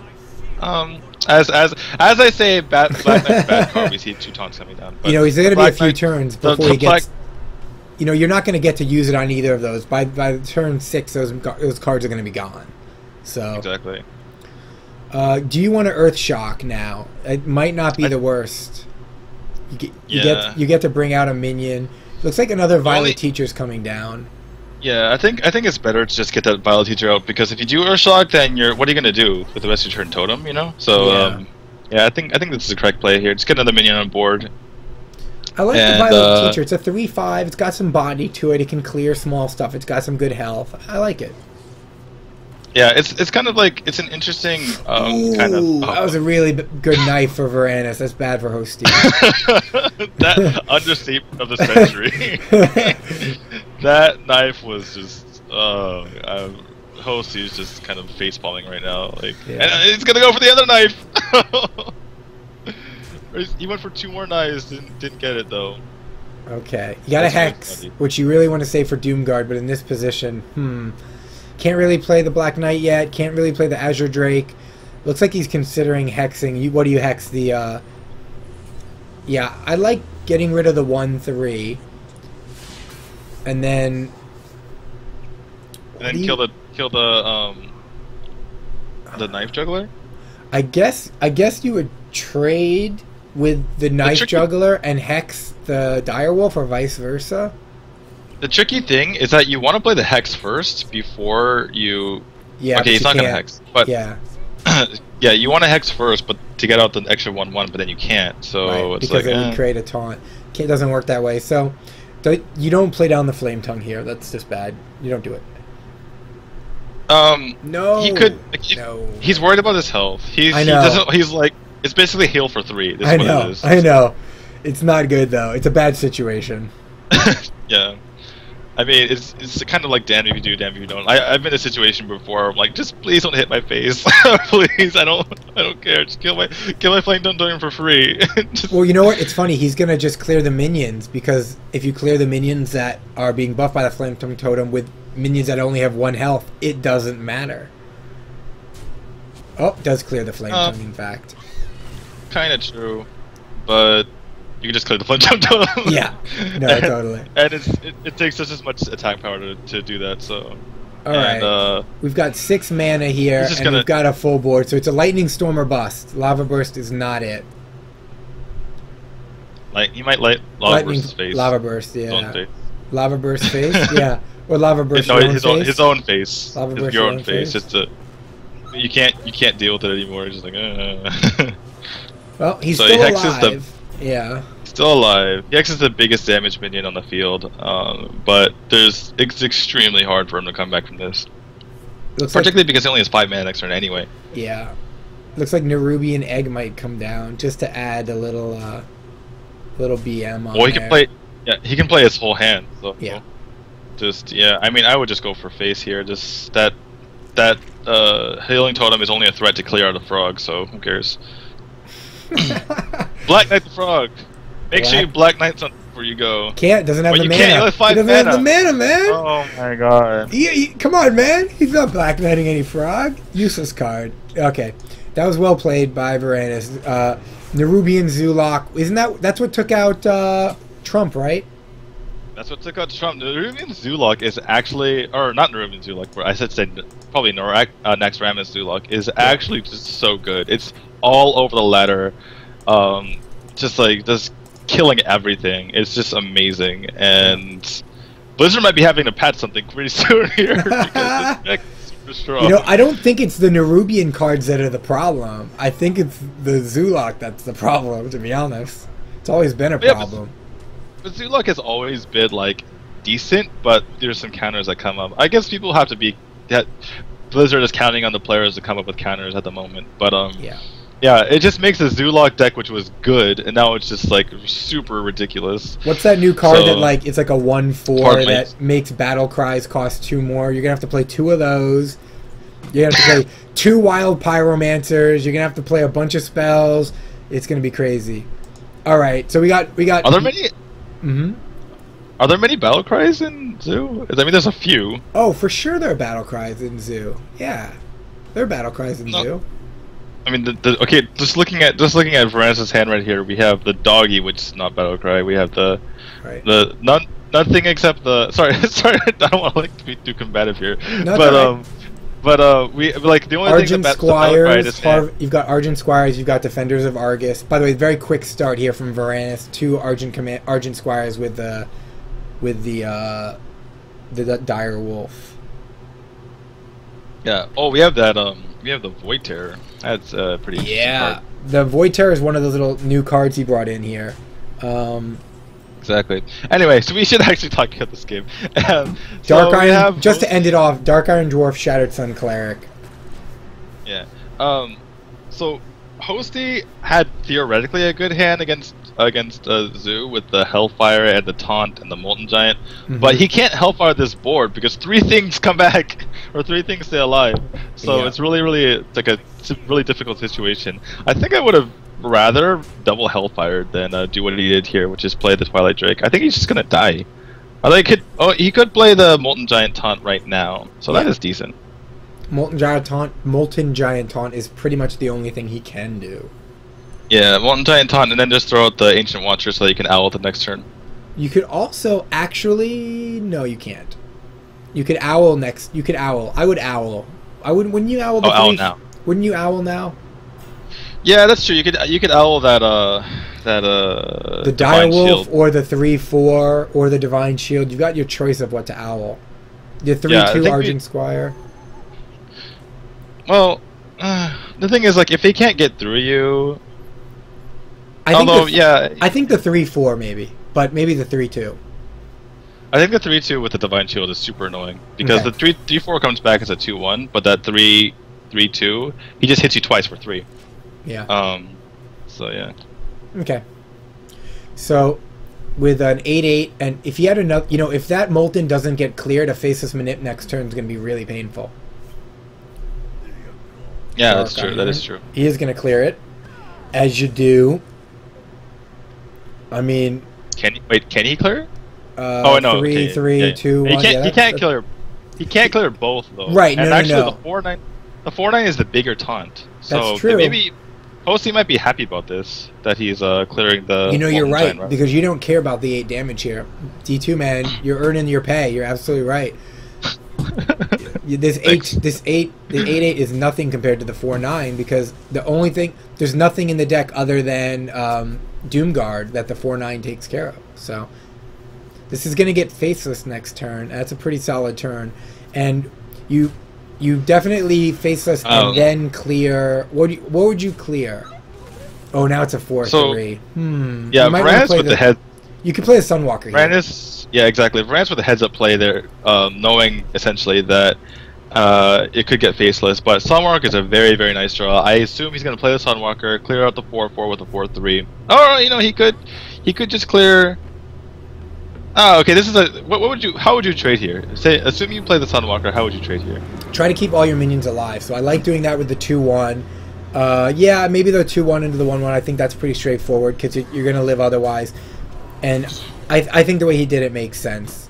The only Oh, he actually made a mistake though, because he took 1 extra damage on his 2-1 or his 2-3. Because if you had attacked the 2-1 into the 2-1, they trade obviously, and then he could have attacked the 2-3 into the. He could have attacked the 2-3 into the whatchamacallit. They both had 2 attack. No, one of them was a 1-1. Oh, okay. It was a 1-1 and a 2-1, and he traded 2-1. Right. Yeah, you're right. You're right. Okay. And it actually proved costly because it actually now it died, and if it had just taken 1 damage from the 2-1, he could have cleared this this knife juggler. I think you clear the knife juggler here. Always clear. Yeah, you do not want to take knives to your divine shield. I think Hosty's really hoping he gets another Molten and maybe some other taunt giver to get back in this game. He's at 6 health. Hosty? Well, Hosty, I think he's fine. I mean, unless he takes double Soulfire, I think he just wins. Because you can't really get through these taunts. Well, not very easily. Well, that's one down. 5-4. One goes down. The only issue is he cannot play Hellfire anytime soon. Okay, so here's the thing. He can Mountain Giant this turn and Defender next turn, or he could just Defender the 4-5. I like Mountain Gianting this turn. The question is, I like Rag this turn. Ooh, but he's worried about lethal. Yeah, but say he plays the Rag and it just kills a 3-2. It's really hard for him to go. I mean, I guess you could abusive, you could abusive and then Doomguard, but I don't really see how he gets lethal very easily, if at all. Well, you know what I'm saying? I guess whatever you play, if you play Rag or Molten, you're right. Mountain, excuse me, you're right. You can taunt it up. So you're right. You may as well play Rag if you're gonna play a giant. Yeah, and so Rag obviously if it hits the face, it's it's not that good. Hosty's going more conservative. He doesn't want to allow any chance for himself to die. Yeah, and this is nice. I mean, even though he's kind of like a waste of mana, but getting that 5-6 taunt out there is actually super nice. So, yeah, and so Varranis taps get into an abusive sergeant, which is pretty useful, but not at the moment because he can already basically kill one of these. And he also has a Doomguard and a Void Terror in hand, and the Void Terror can be kind of nice, but I mean we'll see. He just plays down the abusive, I think, which I don't know if that's the best play. Yeah, maybe not. Well, particularly if there's well. Yeah. Ooh, Siphon Soul. That'll be really nice to use on a Doomguard, so hopefully he'll save that. Did you bring down the Rag here? I think you just throw it on the Rag. Yep. Throw on the Rag, kill the 2-1, and yeah, I mean it's kind of shitty if you hit him in the face, but it's not the worst thing ever. Right. Ooh, power overwhelming for Varranis. Interesting. Except he has to discard it. So I think he just taps here. I think he taps here because, well, maybe not. Oh, he's gonna power overwhelming his 6. Oh yeah, he's gonna power overwhelming. What am I talking about? I'm an idiot. Sorry. He power overwhelming kills it, and then he has that guy for the face. So he's got or the void. Power overwhelming. Yeah, he's got a Void Terror too. He's gonna Void Terror. That's the combo here. Well, I'm sorry. I made 8 mistakes in a row there. But yeah, that's obviously the correct play is what he did. Okay, you so power you make overwhelming, leave it alive. You make a 9/5, and you hit face for 5. Now this board has to be dealt with. He can't Hellfire. Hellfire will kill him. That is a great draw, by the way. That is a great draw. Yeah. So you're gonna Soul Siphon or Siphon Soul. Then you're gonna bring down your Senjin, which is basically the only thing between you and death if Rag doesn't hit the Doomguard. Exactly. That is amazing draw because, I mean, other than a Sun Fury or it kills it. Yeah. Other than a Sun Fury or a Defender of Argus, that was like the perfect draw because exactly 4 mana. Like obviously, if you got like a Sun Walker, you have to choose between Soul Firing or Siphon Souling and doing that, and just really bad. That's crazy close game. Crazy close game. So he's got Shadow Flame. He's gonna, and it looks like he's doing that to finish it off because he's got the Rag for 8. Oh, but Rag's got to get through 2 1/1s. Uh-oh. 1/1. He's got to get through 1/1/1. Oh my God! I've actually made this mistake myself. Okay, Rag. Hosty's hoping you do your job. Soulfire kills him, by the way. If he draws Soulfire or Doomguard next turn and he doesn't hit the Rag to the face, he wins. I wonder if he did that on purpose or on Oh, accident? gets the 1-1. What does he draw? What does he draw? What does he draw? What does he draw? The Whelp taking one for the team. Doesn't he? Looks like he conceded because if you look at his cards. A direwolf and a Nerubian egg. Okay, so Hosty does take the game. Wow. Actually, I don't know if I would have conceded there. There's a chance that he can't win, and maybe he kills a Nerubian egg and he can hit the face. I mean, okay, we saw the game in his hand. We thought he had Hellfire, but there's a chance. Well, Hellfire would have. Oh, that's right. No, Hellfire would have. He had enough health at that point. That's he had enough health, but there's a small chance he didn't have game. I'm a little bit surprised that Varranis conceded there because it wasn't guaranteed death. Yeah. Well, we're into our next game really fast, guys, and Hosty's brought it back. It's now 2-2, and we have Jaina versus Gul'dan. So we've got a mage coming in to deal with this handlock. Yeah, it looks like it's your standard freeze mage, if I saw those cards correctly. And yeah, it is. All right, so yeah, you got your freeze mage, which it's decent against handlock, but you need the right cards. If you get the right, I mean, obviously, like a lot of matchups are like that, but really true in this matchup. As a mage, you really need the right cards and be able to deal with their giants. And one of those cards actually is Mirror Image, surprisingly, because once they get 2 giants on the board, just go, haha, Mirror Image, heal for 16, 1 mana. Just as we begin this game, guys, I do want to mention that next week we have Cloud9's ECOP coming in to challenge our 2 DKMR players. Wow. So it's going to be a great week next week. Please check it out. We'll talk more about it at the end of this cast. But yeah, just so you know, ECOP's coming in next week. Another very big name, and basically Trump's rival. So we got Trump and Trump's rival coming back to back. Yep. Let's see if there'll probably be some smack talk.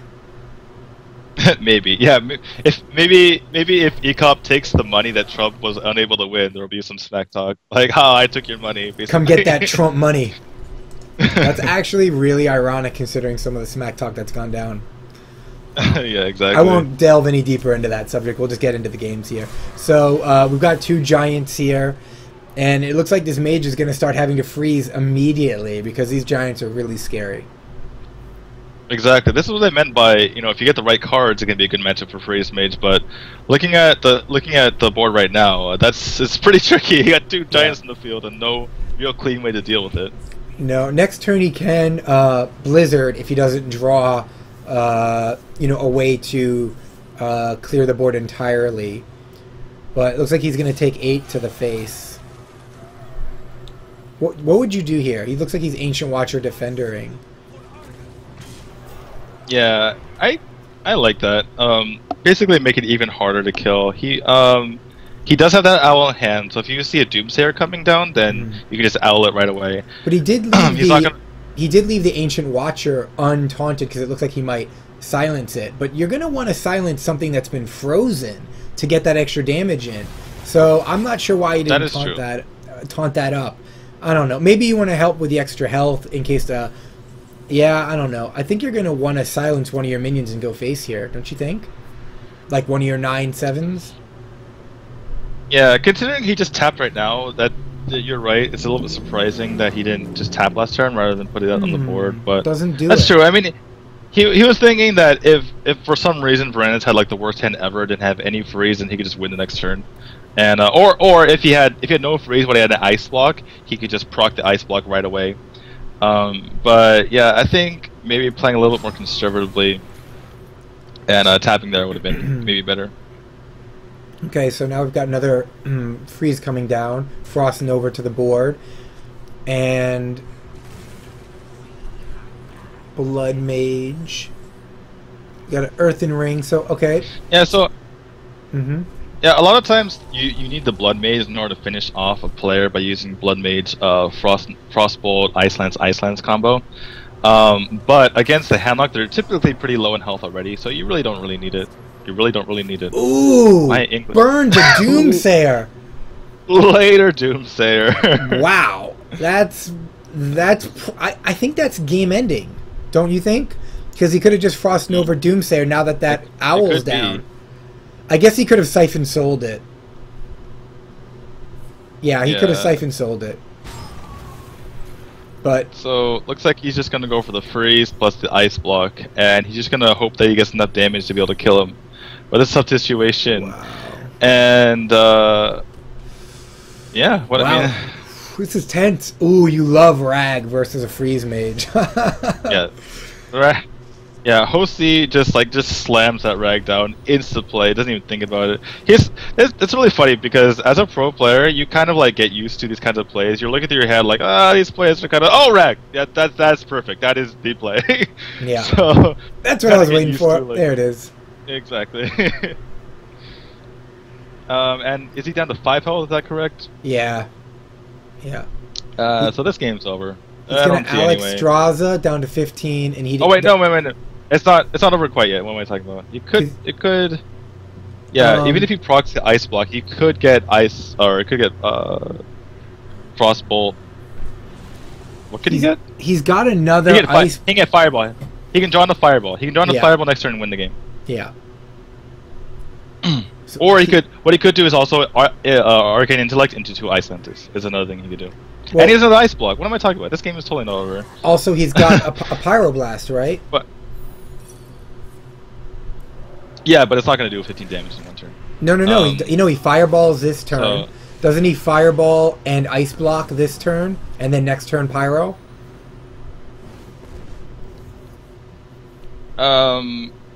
If you fireball, ice block, and then you hope to draw into your cards. The issue is that Hosty just healed for 6. Ooh, Iceland's Frostbolt. So he's got Iceland's Frostbolt. He Arcane Intellect. Let's see. Iceland's Frostbolt, Fireball. Yeah, no. No, it's not going to do. Okay. Alright, so let's see. He has 2 Frostbolts and an Iceland's, right? That is 6, 10, and then he has a fireball of 16 damage. I think you just fireball here and charge onto the fireball. And I think that's incorrect. What he just did. What he just did was play. He played the loot hoarder. Because if you draw a fireball next turn, I think you just win the game, right? Because yeah. The question is, do you you do kill the loot hoarder. Do you? You might not. Yeah, he's gonna run it. Well, it doesn't make any difference really. He does draw a fireball. He draws a fireball. So, had he used that fireball, I think it would have been game. Yeah, so he would have been down to what was it? He would have been down to 15, and then we would have had fireball, frostbolt, ice lance, which would have been 6, 12. Yeah, he would have won the game. So that was a mistake. Or mistakes were made. Whatever Jaina says. If he had fireball, he would have won the game. Unfortunately for Varranis, and I wonder if he's noticing that now. Yeah, I think that's. I don't think he thought through his options properly. Because obviously he was gonna die in 2 turns. He knew that because he had no ice blocks left. Ice barrier definitely wasn't gonna be enough. And his only out was fireball, and pinging wasn't going to bring him down enough. So yeah, definitely a mistake by Varranis. Hosty will gladly take it, so that he can get closer to getting that $25 this week. Yep. And we're only waiting for Varranis to just concede because, unless I've done the math wrong, it's 6, 12. Yeah, it'll be. Hold on. 6, 12, 18, 22? Wait, no. Does he have game? He doesn't have game, does he? Oh, he doesn't have enough mana to do all that stuff. Okay. So yeah, he only has enough mana to go fireball, frostbolt. Yeah. So he would have enough to have lethal if he had fireball, like 13 mana, but well, just frostbolt phase or just soulfire phase. Don't even worry about the ice barrier. Yep. GG. All right, that is 3-2. And let me update that. Hosty taking a nice little lead here as we go into potentially our last game.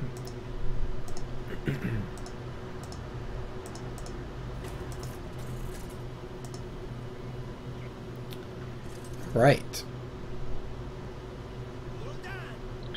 Alright, so it looks like we have the Druid coming out for Varranis. Mm-hmm. and the deck that took out 2 of Trump's decks, so definitely a very strong deck. It's basically like a normal mid-range deck that a lot of DK members like to play, and definitely a deck that's capable of coming back and just 4-0ing basically, or sorry, 2-0ing I should say. 2-0ing, yeah. This mid-range druid's got your Argent commanders in there, but it also has Ancient of War. So, and it's got a Rag in it. So, you know, there's some end game cards too, I would say. I think this is a little different. Do you normally see Rag in your mid-range druid? I guess you do. Yeah, it's basically between Rag and Cenarius. Okay. It's kind of a preference. Double Force, double Savage Roar. Yeah, for some reason, whenever Brad plays with Cenarius, it's like ends up working out perfectly. Whenever I play with Cenarius, it just ends up being worse than Rag.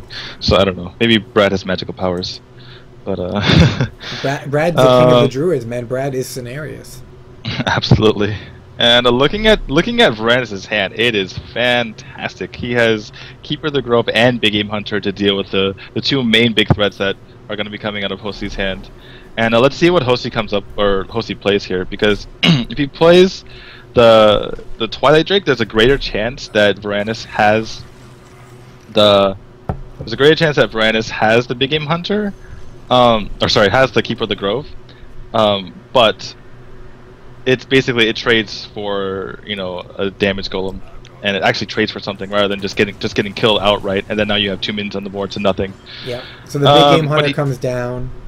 Yeah, he does go with that Mountain Giant because he doesn't want to trade his 4/1. It's basically a free trade anyway if he just loses his Twilight Drake to, you know, a damage golem, because damage golem can just be mortal coiled. And the thing is, Varranis has all the answers. He's got, you know, he had the big game. He's got the Keeper of the Grove. So ultimately, it didn't matter which order it went in.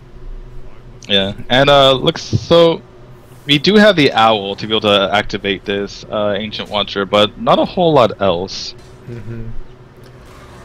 I like going for face here using the hero power. I like that. I think ooh, Sylvanas. That's not bad. Can't silence that. Actually, that's not true. I shouldn't say that. He drew another Keeper of the Grove. He drew another Keeper. I take that back after looking at his latest draw. Do you silence it? I guess you do, right? It's a tough decision because having that silence to be able to silence like a big taunted whatever is actually huge, because you can just silence it and do everything else to the face. So I guess you could trade all your minions in. Yeah, you have to be careful though. You have to trade the 2, 2, and then the 4, or else you just give him something. 2, 2, and 4, and then you go. Yeah, for sure. looks like he's contemplating the Keeper here, which is, you know, not bad. Okay, so he's gonna go with the original play, silencing. And do you go face here to get the tempo? No, looks like he goes for the trade. Hero power to take damage on his face, using the Big Game Hunter, and then the rest of the damage on face since the Ancient Watcher is not activated. Hellfire. Yeah, the thing is, you really don't want to get too much damage on the face anyway for fear of Molten Giant, so you might as well just clear the board. Yeah. So. Absolutely. I mean, there is that sweet spot between 15 and 18, right?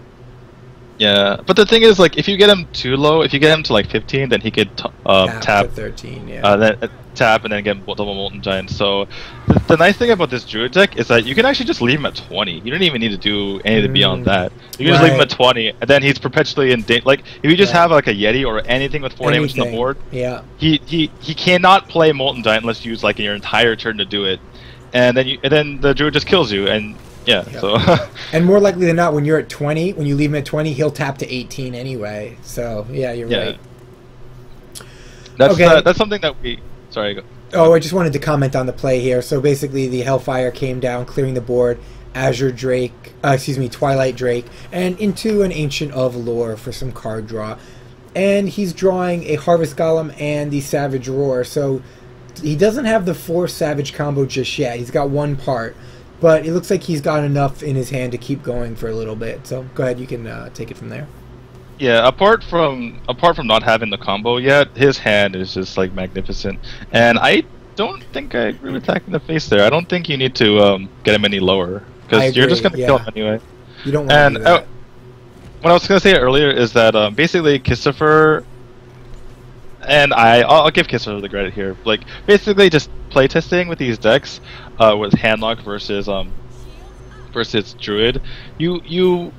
I mean, like he basically realized like, okay, you just keep them at 20, and like, what are they gonna do? They can't do anything. There's no threats, and so that's basically one of the best ways to just kill them. They can hold their cards until they get a Mountain Giant play, and then you just take care of the Mountain Giant effectively. Right? Exactly. Yeah. Exactly. And then meanwhile you're just drawing a bunch of cards because you have two Azure Drakes, you have two Ancient of Lore. So that's how I've been dealing with Handlock since the day they began. Keep them as 18 to 20, even with Shaman, with Druid, with any deck, and then just use your burst to finish them off. Exactly. Yeah.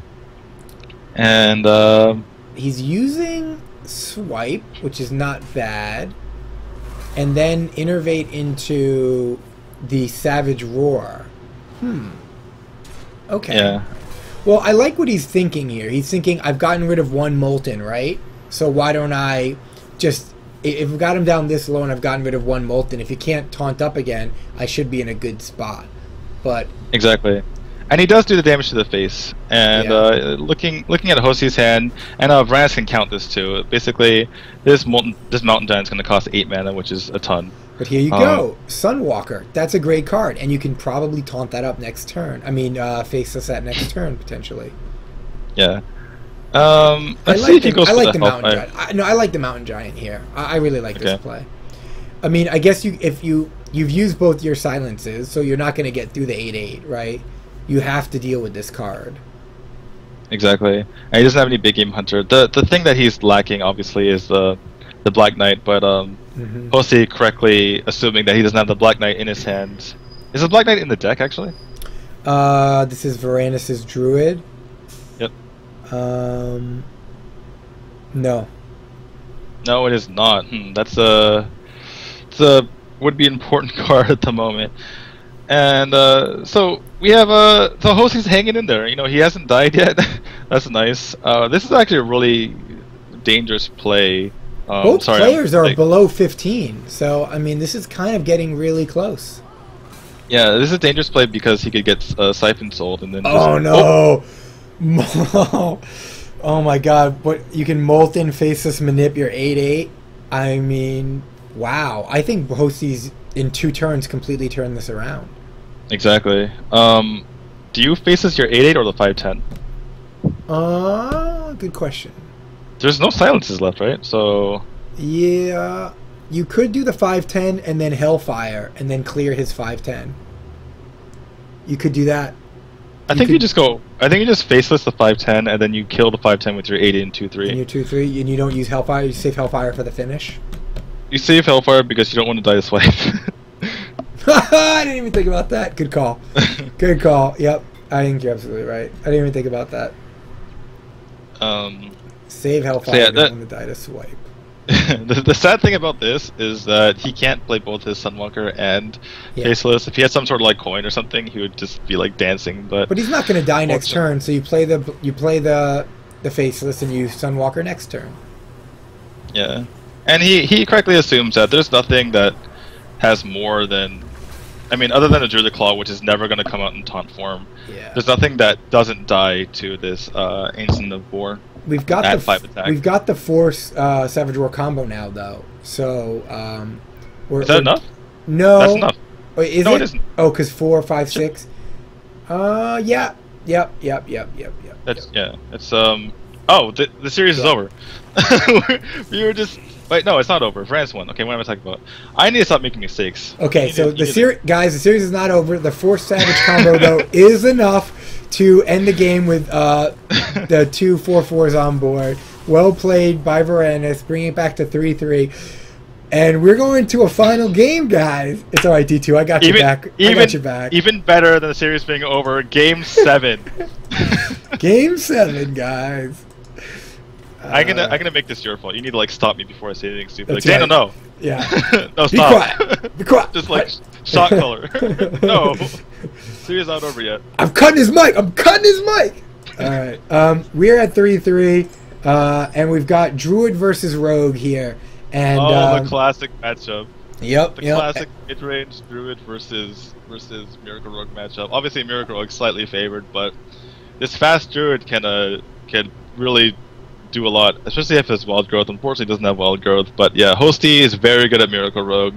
Not a surprise at all to see him pulling this out.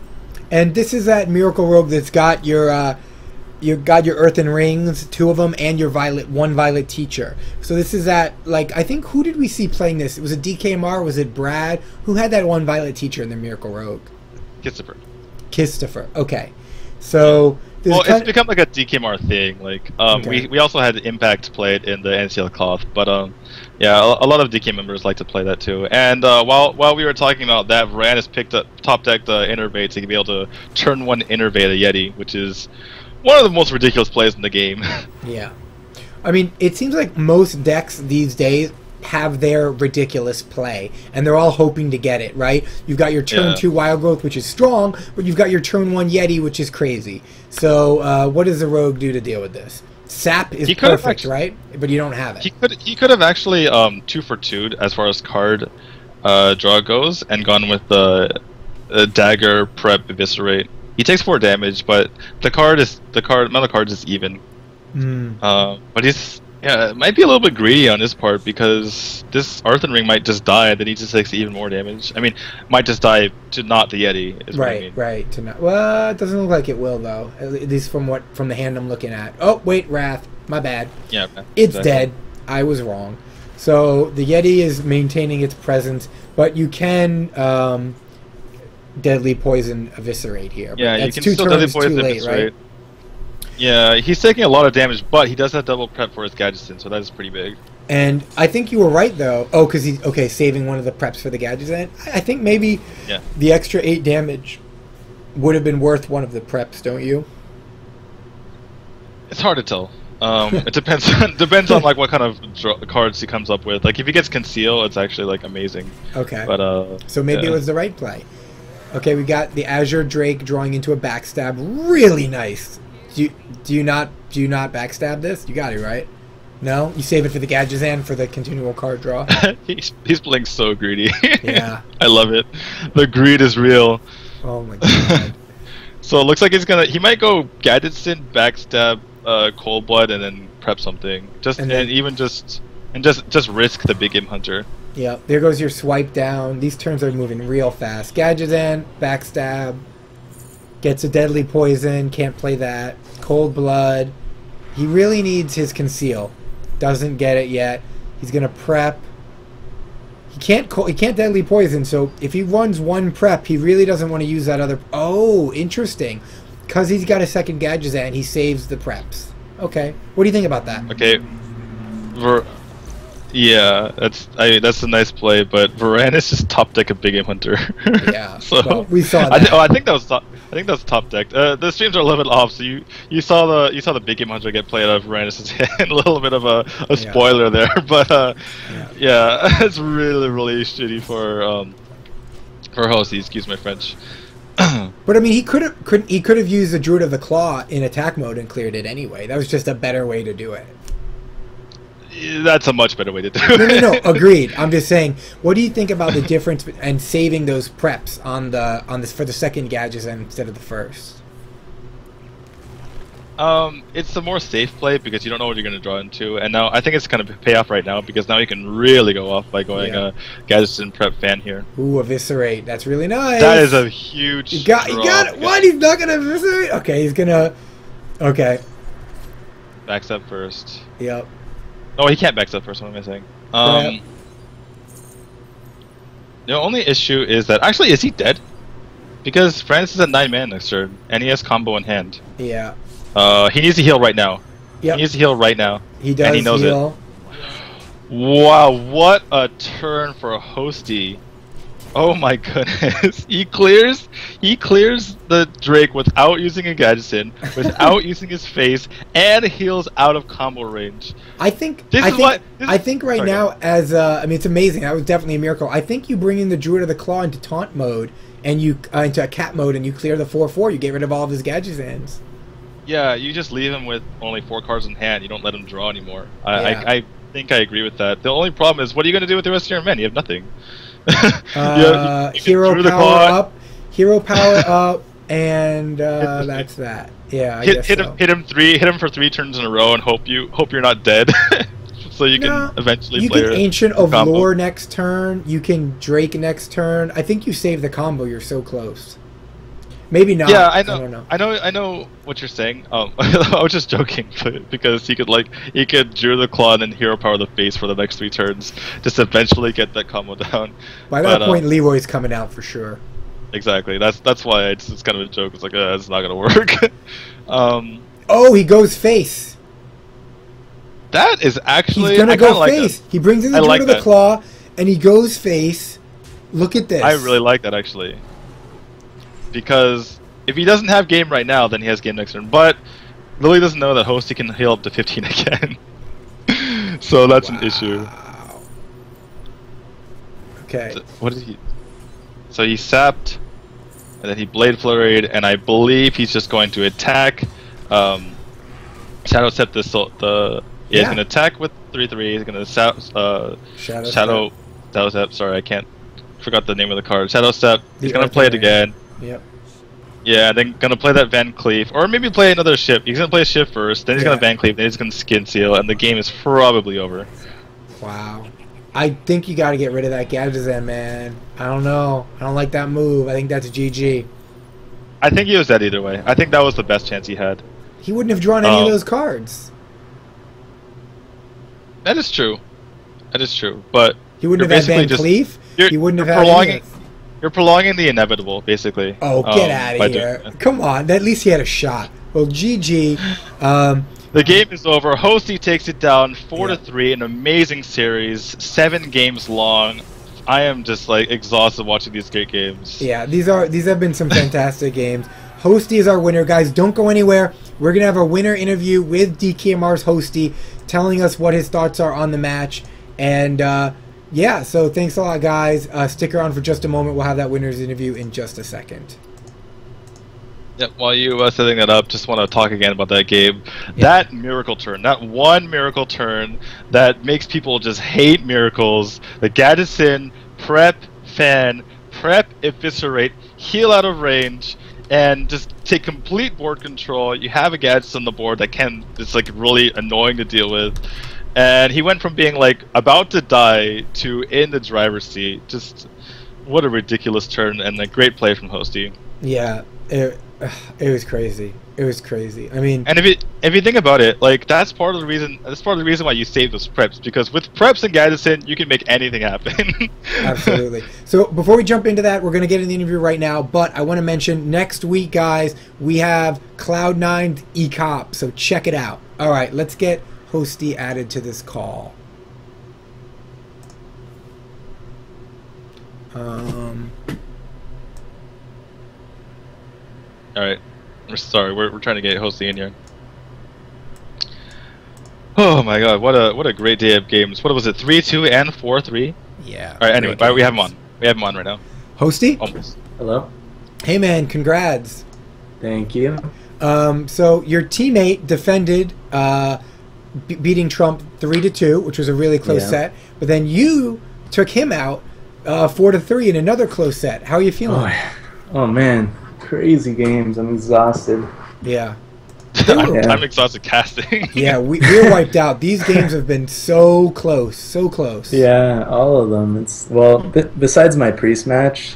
Oh yeah. That didn't go over very well. Let's say that. Yeah. What did you think? Good point. Thank you for bringing that up. What were you trying to counter with that priest? I brought not backspace. Definitely not rogue. Okay, I knew rogue was 100% loss. Miracle or backspace rogue. Druid was pretty close, but like especially Varranis' Druid, I almost had no chance with priest. I was really going for Zoo matchup, even though I had the handlock. Yeah. Yeah, that was like a deck I could safely play and hopefully queue into his Zoo and beat that.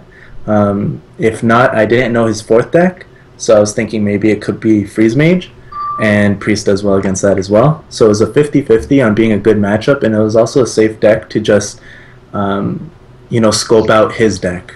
Just sacrifice it, see what he's flying at. Exactly. Definitely by far my weakest deck. But why wouldn't you play something else? Like, Like Druid? No. Druid obviously has really strong counters. Something that's a little more has a little more like, you know, you could play Shaman, like a warrior, for example. Yeah. Okay. Yeah. Warrior. Or you mean going into the first game? Yes. Well, I didn't want to see. Shaman has really strong matchups. Mm-hmm. Miracle Rogue has very strong matchups, and Handlock has really strong matchups. Okay. So I was confident in those 3 decks. I play them a lot. Okay. To counter.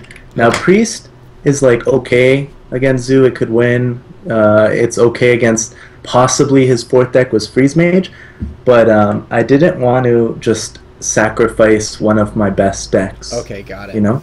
Got so it. that was more of a sacrifice. Interesting. So Cool. how does Priest normally do against Backspace Rogue? Because obviously Priest isn't a deck that's played too often, but you would think it would be good with the healing. I think it'd be decent, right? Like you could heal, but if you heal once, then they hit you for 10. So you can't spend that 2 mana to heal. Like, so -8, not the greatest. I did practice it, but like it's a very, very bad matchup. I really had no idea. First of all, Varranis was like running Backspace because he's running Miracle, right? So I'm like, okay, for sure he's gonna use Miracle. So I was putting him on like Freeze Mage. Actually, that's pretty much it. I was very confident in him being Freeze Mage. And not only that, I had to prepare for Trump. Just in case he took Varranis to Value Town, I had to make sure like I was prepared for him. And the deck's Trump plays, Priest is actually very good against. Yeah.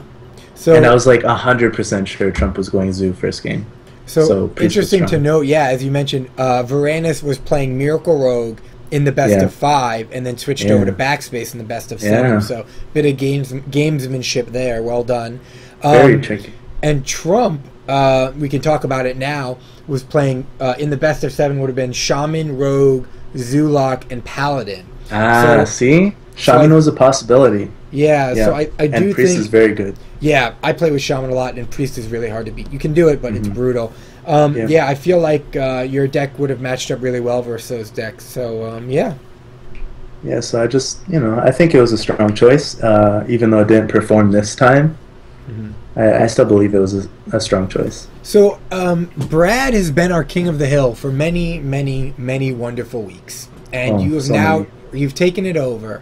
What do you feel right now is your best performing class, and how long do you intend to stay as the king of the hill in the DKMR Invitational? How long was Brad? 6 weeks, right? Okay, I'm going for 7. Yeah. All right. So he won 5 weeks. He won 5 weeks, I believe, and then he lost the 6th week. So. Right. Exactly. Okay. I'm going for 6 wins then. That's my goal. Nice. All right. Just a little friendly competition, just keep things interesting. Just win 6 times and then throw the last one. Like exactly, No, I wouldn't throw it. 6 wins on its own is a crazy accomplishment. So it's 5. Yeah. So even getting that, I would be so happy with myself. But we'll take it 1 week at a time and just go for it. But as far as my best class, I've developed into like a very, very well-rounded player. I could almost play any class, any deck. All right. I don't want to sound... None of these BS political answers. What's your best class? Okay. Miracle Rogue because it's broken. And there we go. And Handlock is also one of my strongest decks. As you can see, my list isn't like most Handlocks, just because I really enjoy playing Handlock and I like to change it around because it gets boring. Yeah. I did miss Lethal with it though. I was informed, and thinking back, I definitely did. But that will happen in the tournament. So let's talk about. I like your answers. Those are the better answers that I'm looking for. Let's talk about Handlock versus Naxxramas Zoolock. So oh my gosh, that Naxxramas Zoo is so powerful. How do you choose? You really like the Handlock, and it's hard to choose between a deck you like and a deck that I think, and probably D2 agrees, and probably most people think is overpowered, right? This Naxxramas Zoolock. How do you choose to play a deck you like over a deck that's overpowered? Typically, I don't like playing overpowered things, even though, I'm a Miracle player. I've stayed away from Miracle a lot in tournaments, and I've stayed away from Druids because I think that's really overpowered as well. Wild Growthing and Innervating is just especially Innervate is just a broken card. So I kind of do tend to stay away from overpowered. Yeah. It is decks. crazy.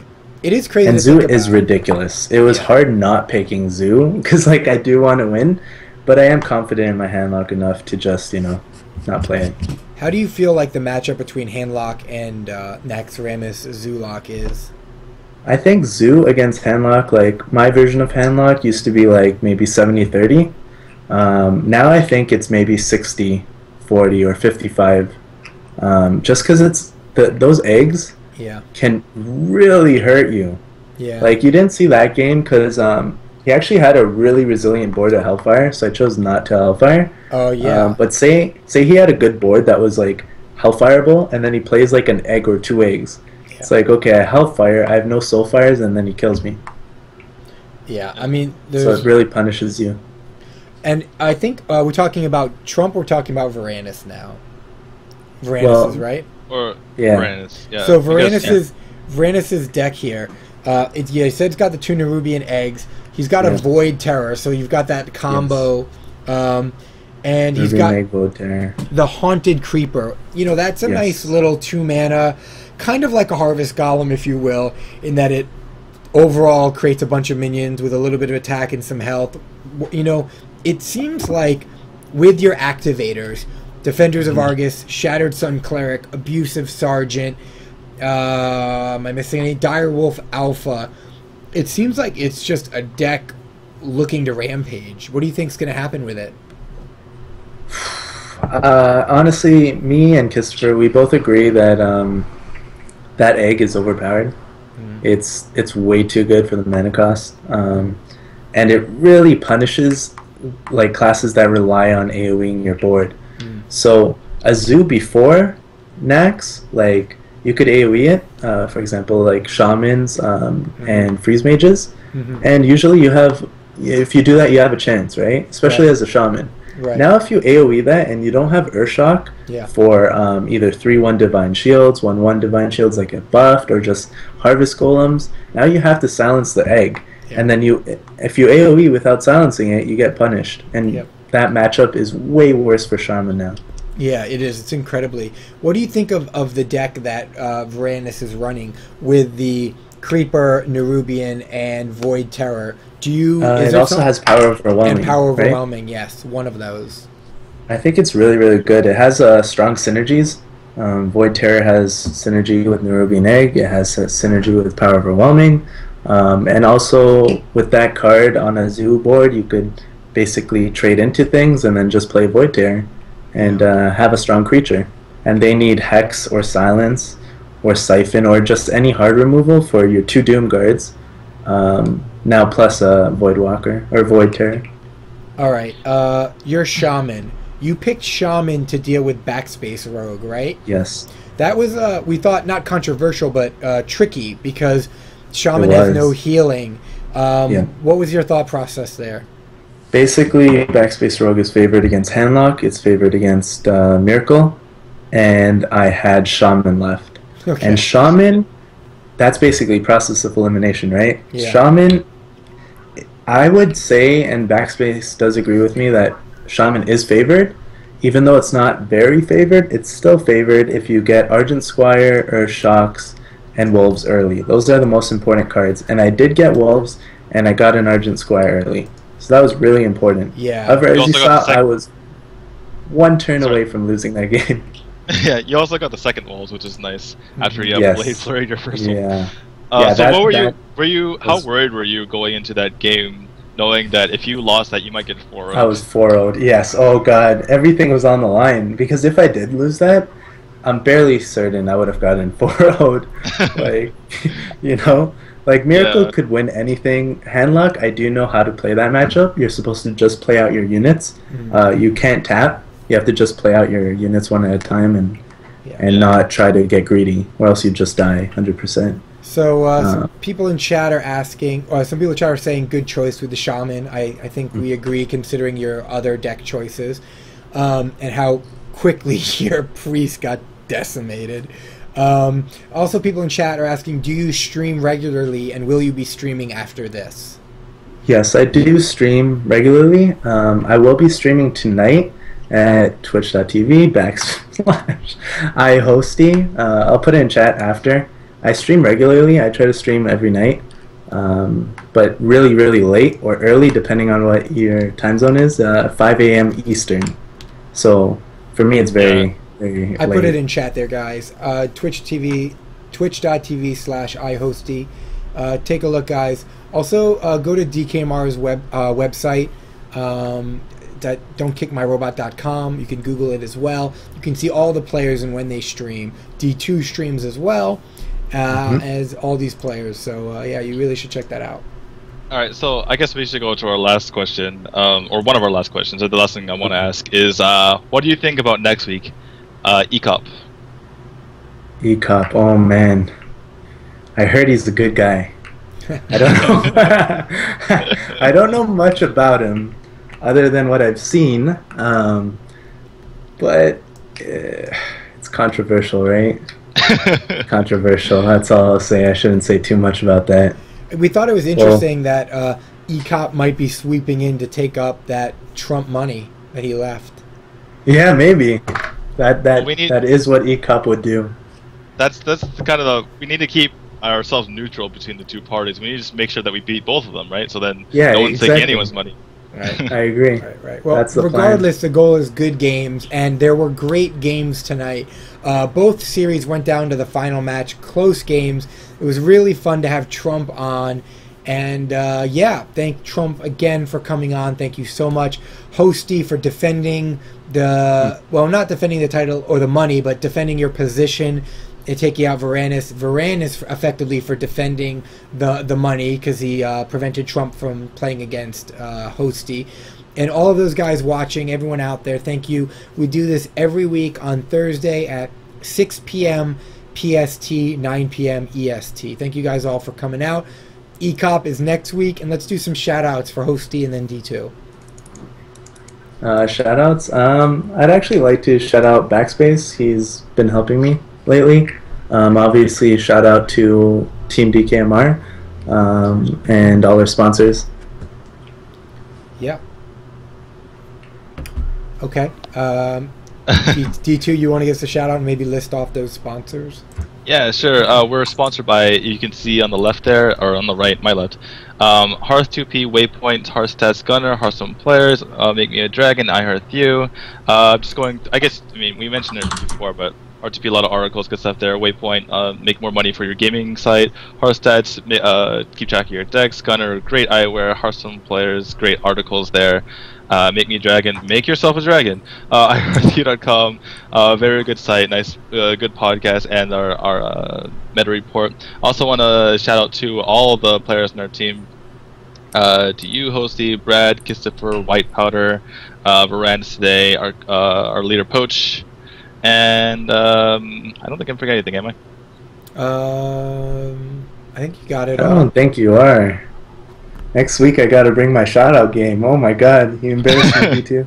Well, I'm casting. You just gotta focus on your play. So yeah. All right, guys. Thank you, D2. You've been a great co-caster. Really appreciate having you here. And thank you too. Yep. And yeah, we've had some great games, and looking forward to another good week. Thank you all for coming out. And on that note, we will see you next week for ECOP versus Hosty in the best of 7 if he can get past the person who wins the in-house. So thank you guys, and have a good night. Night. Good night.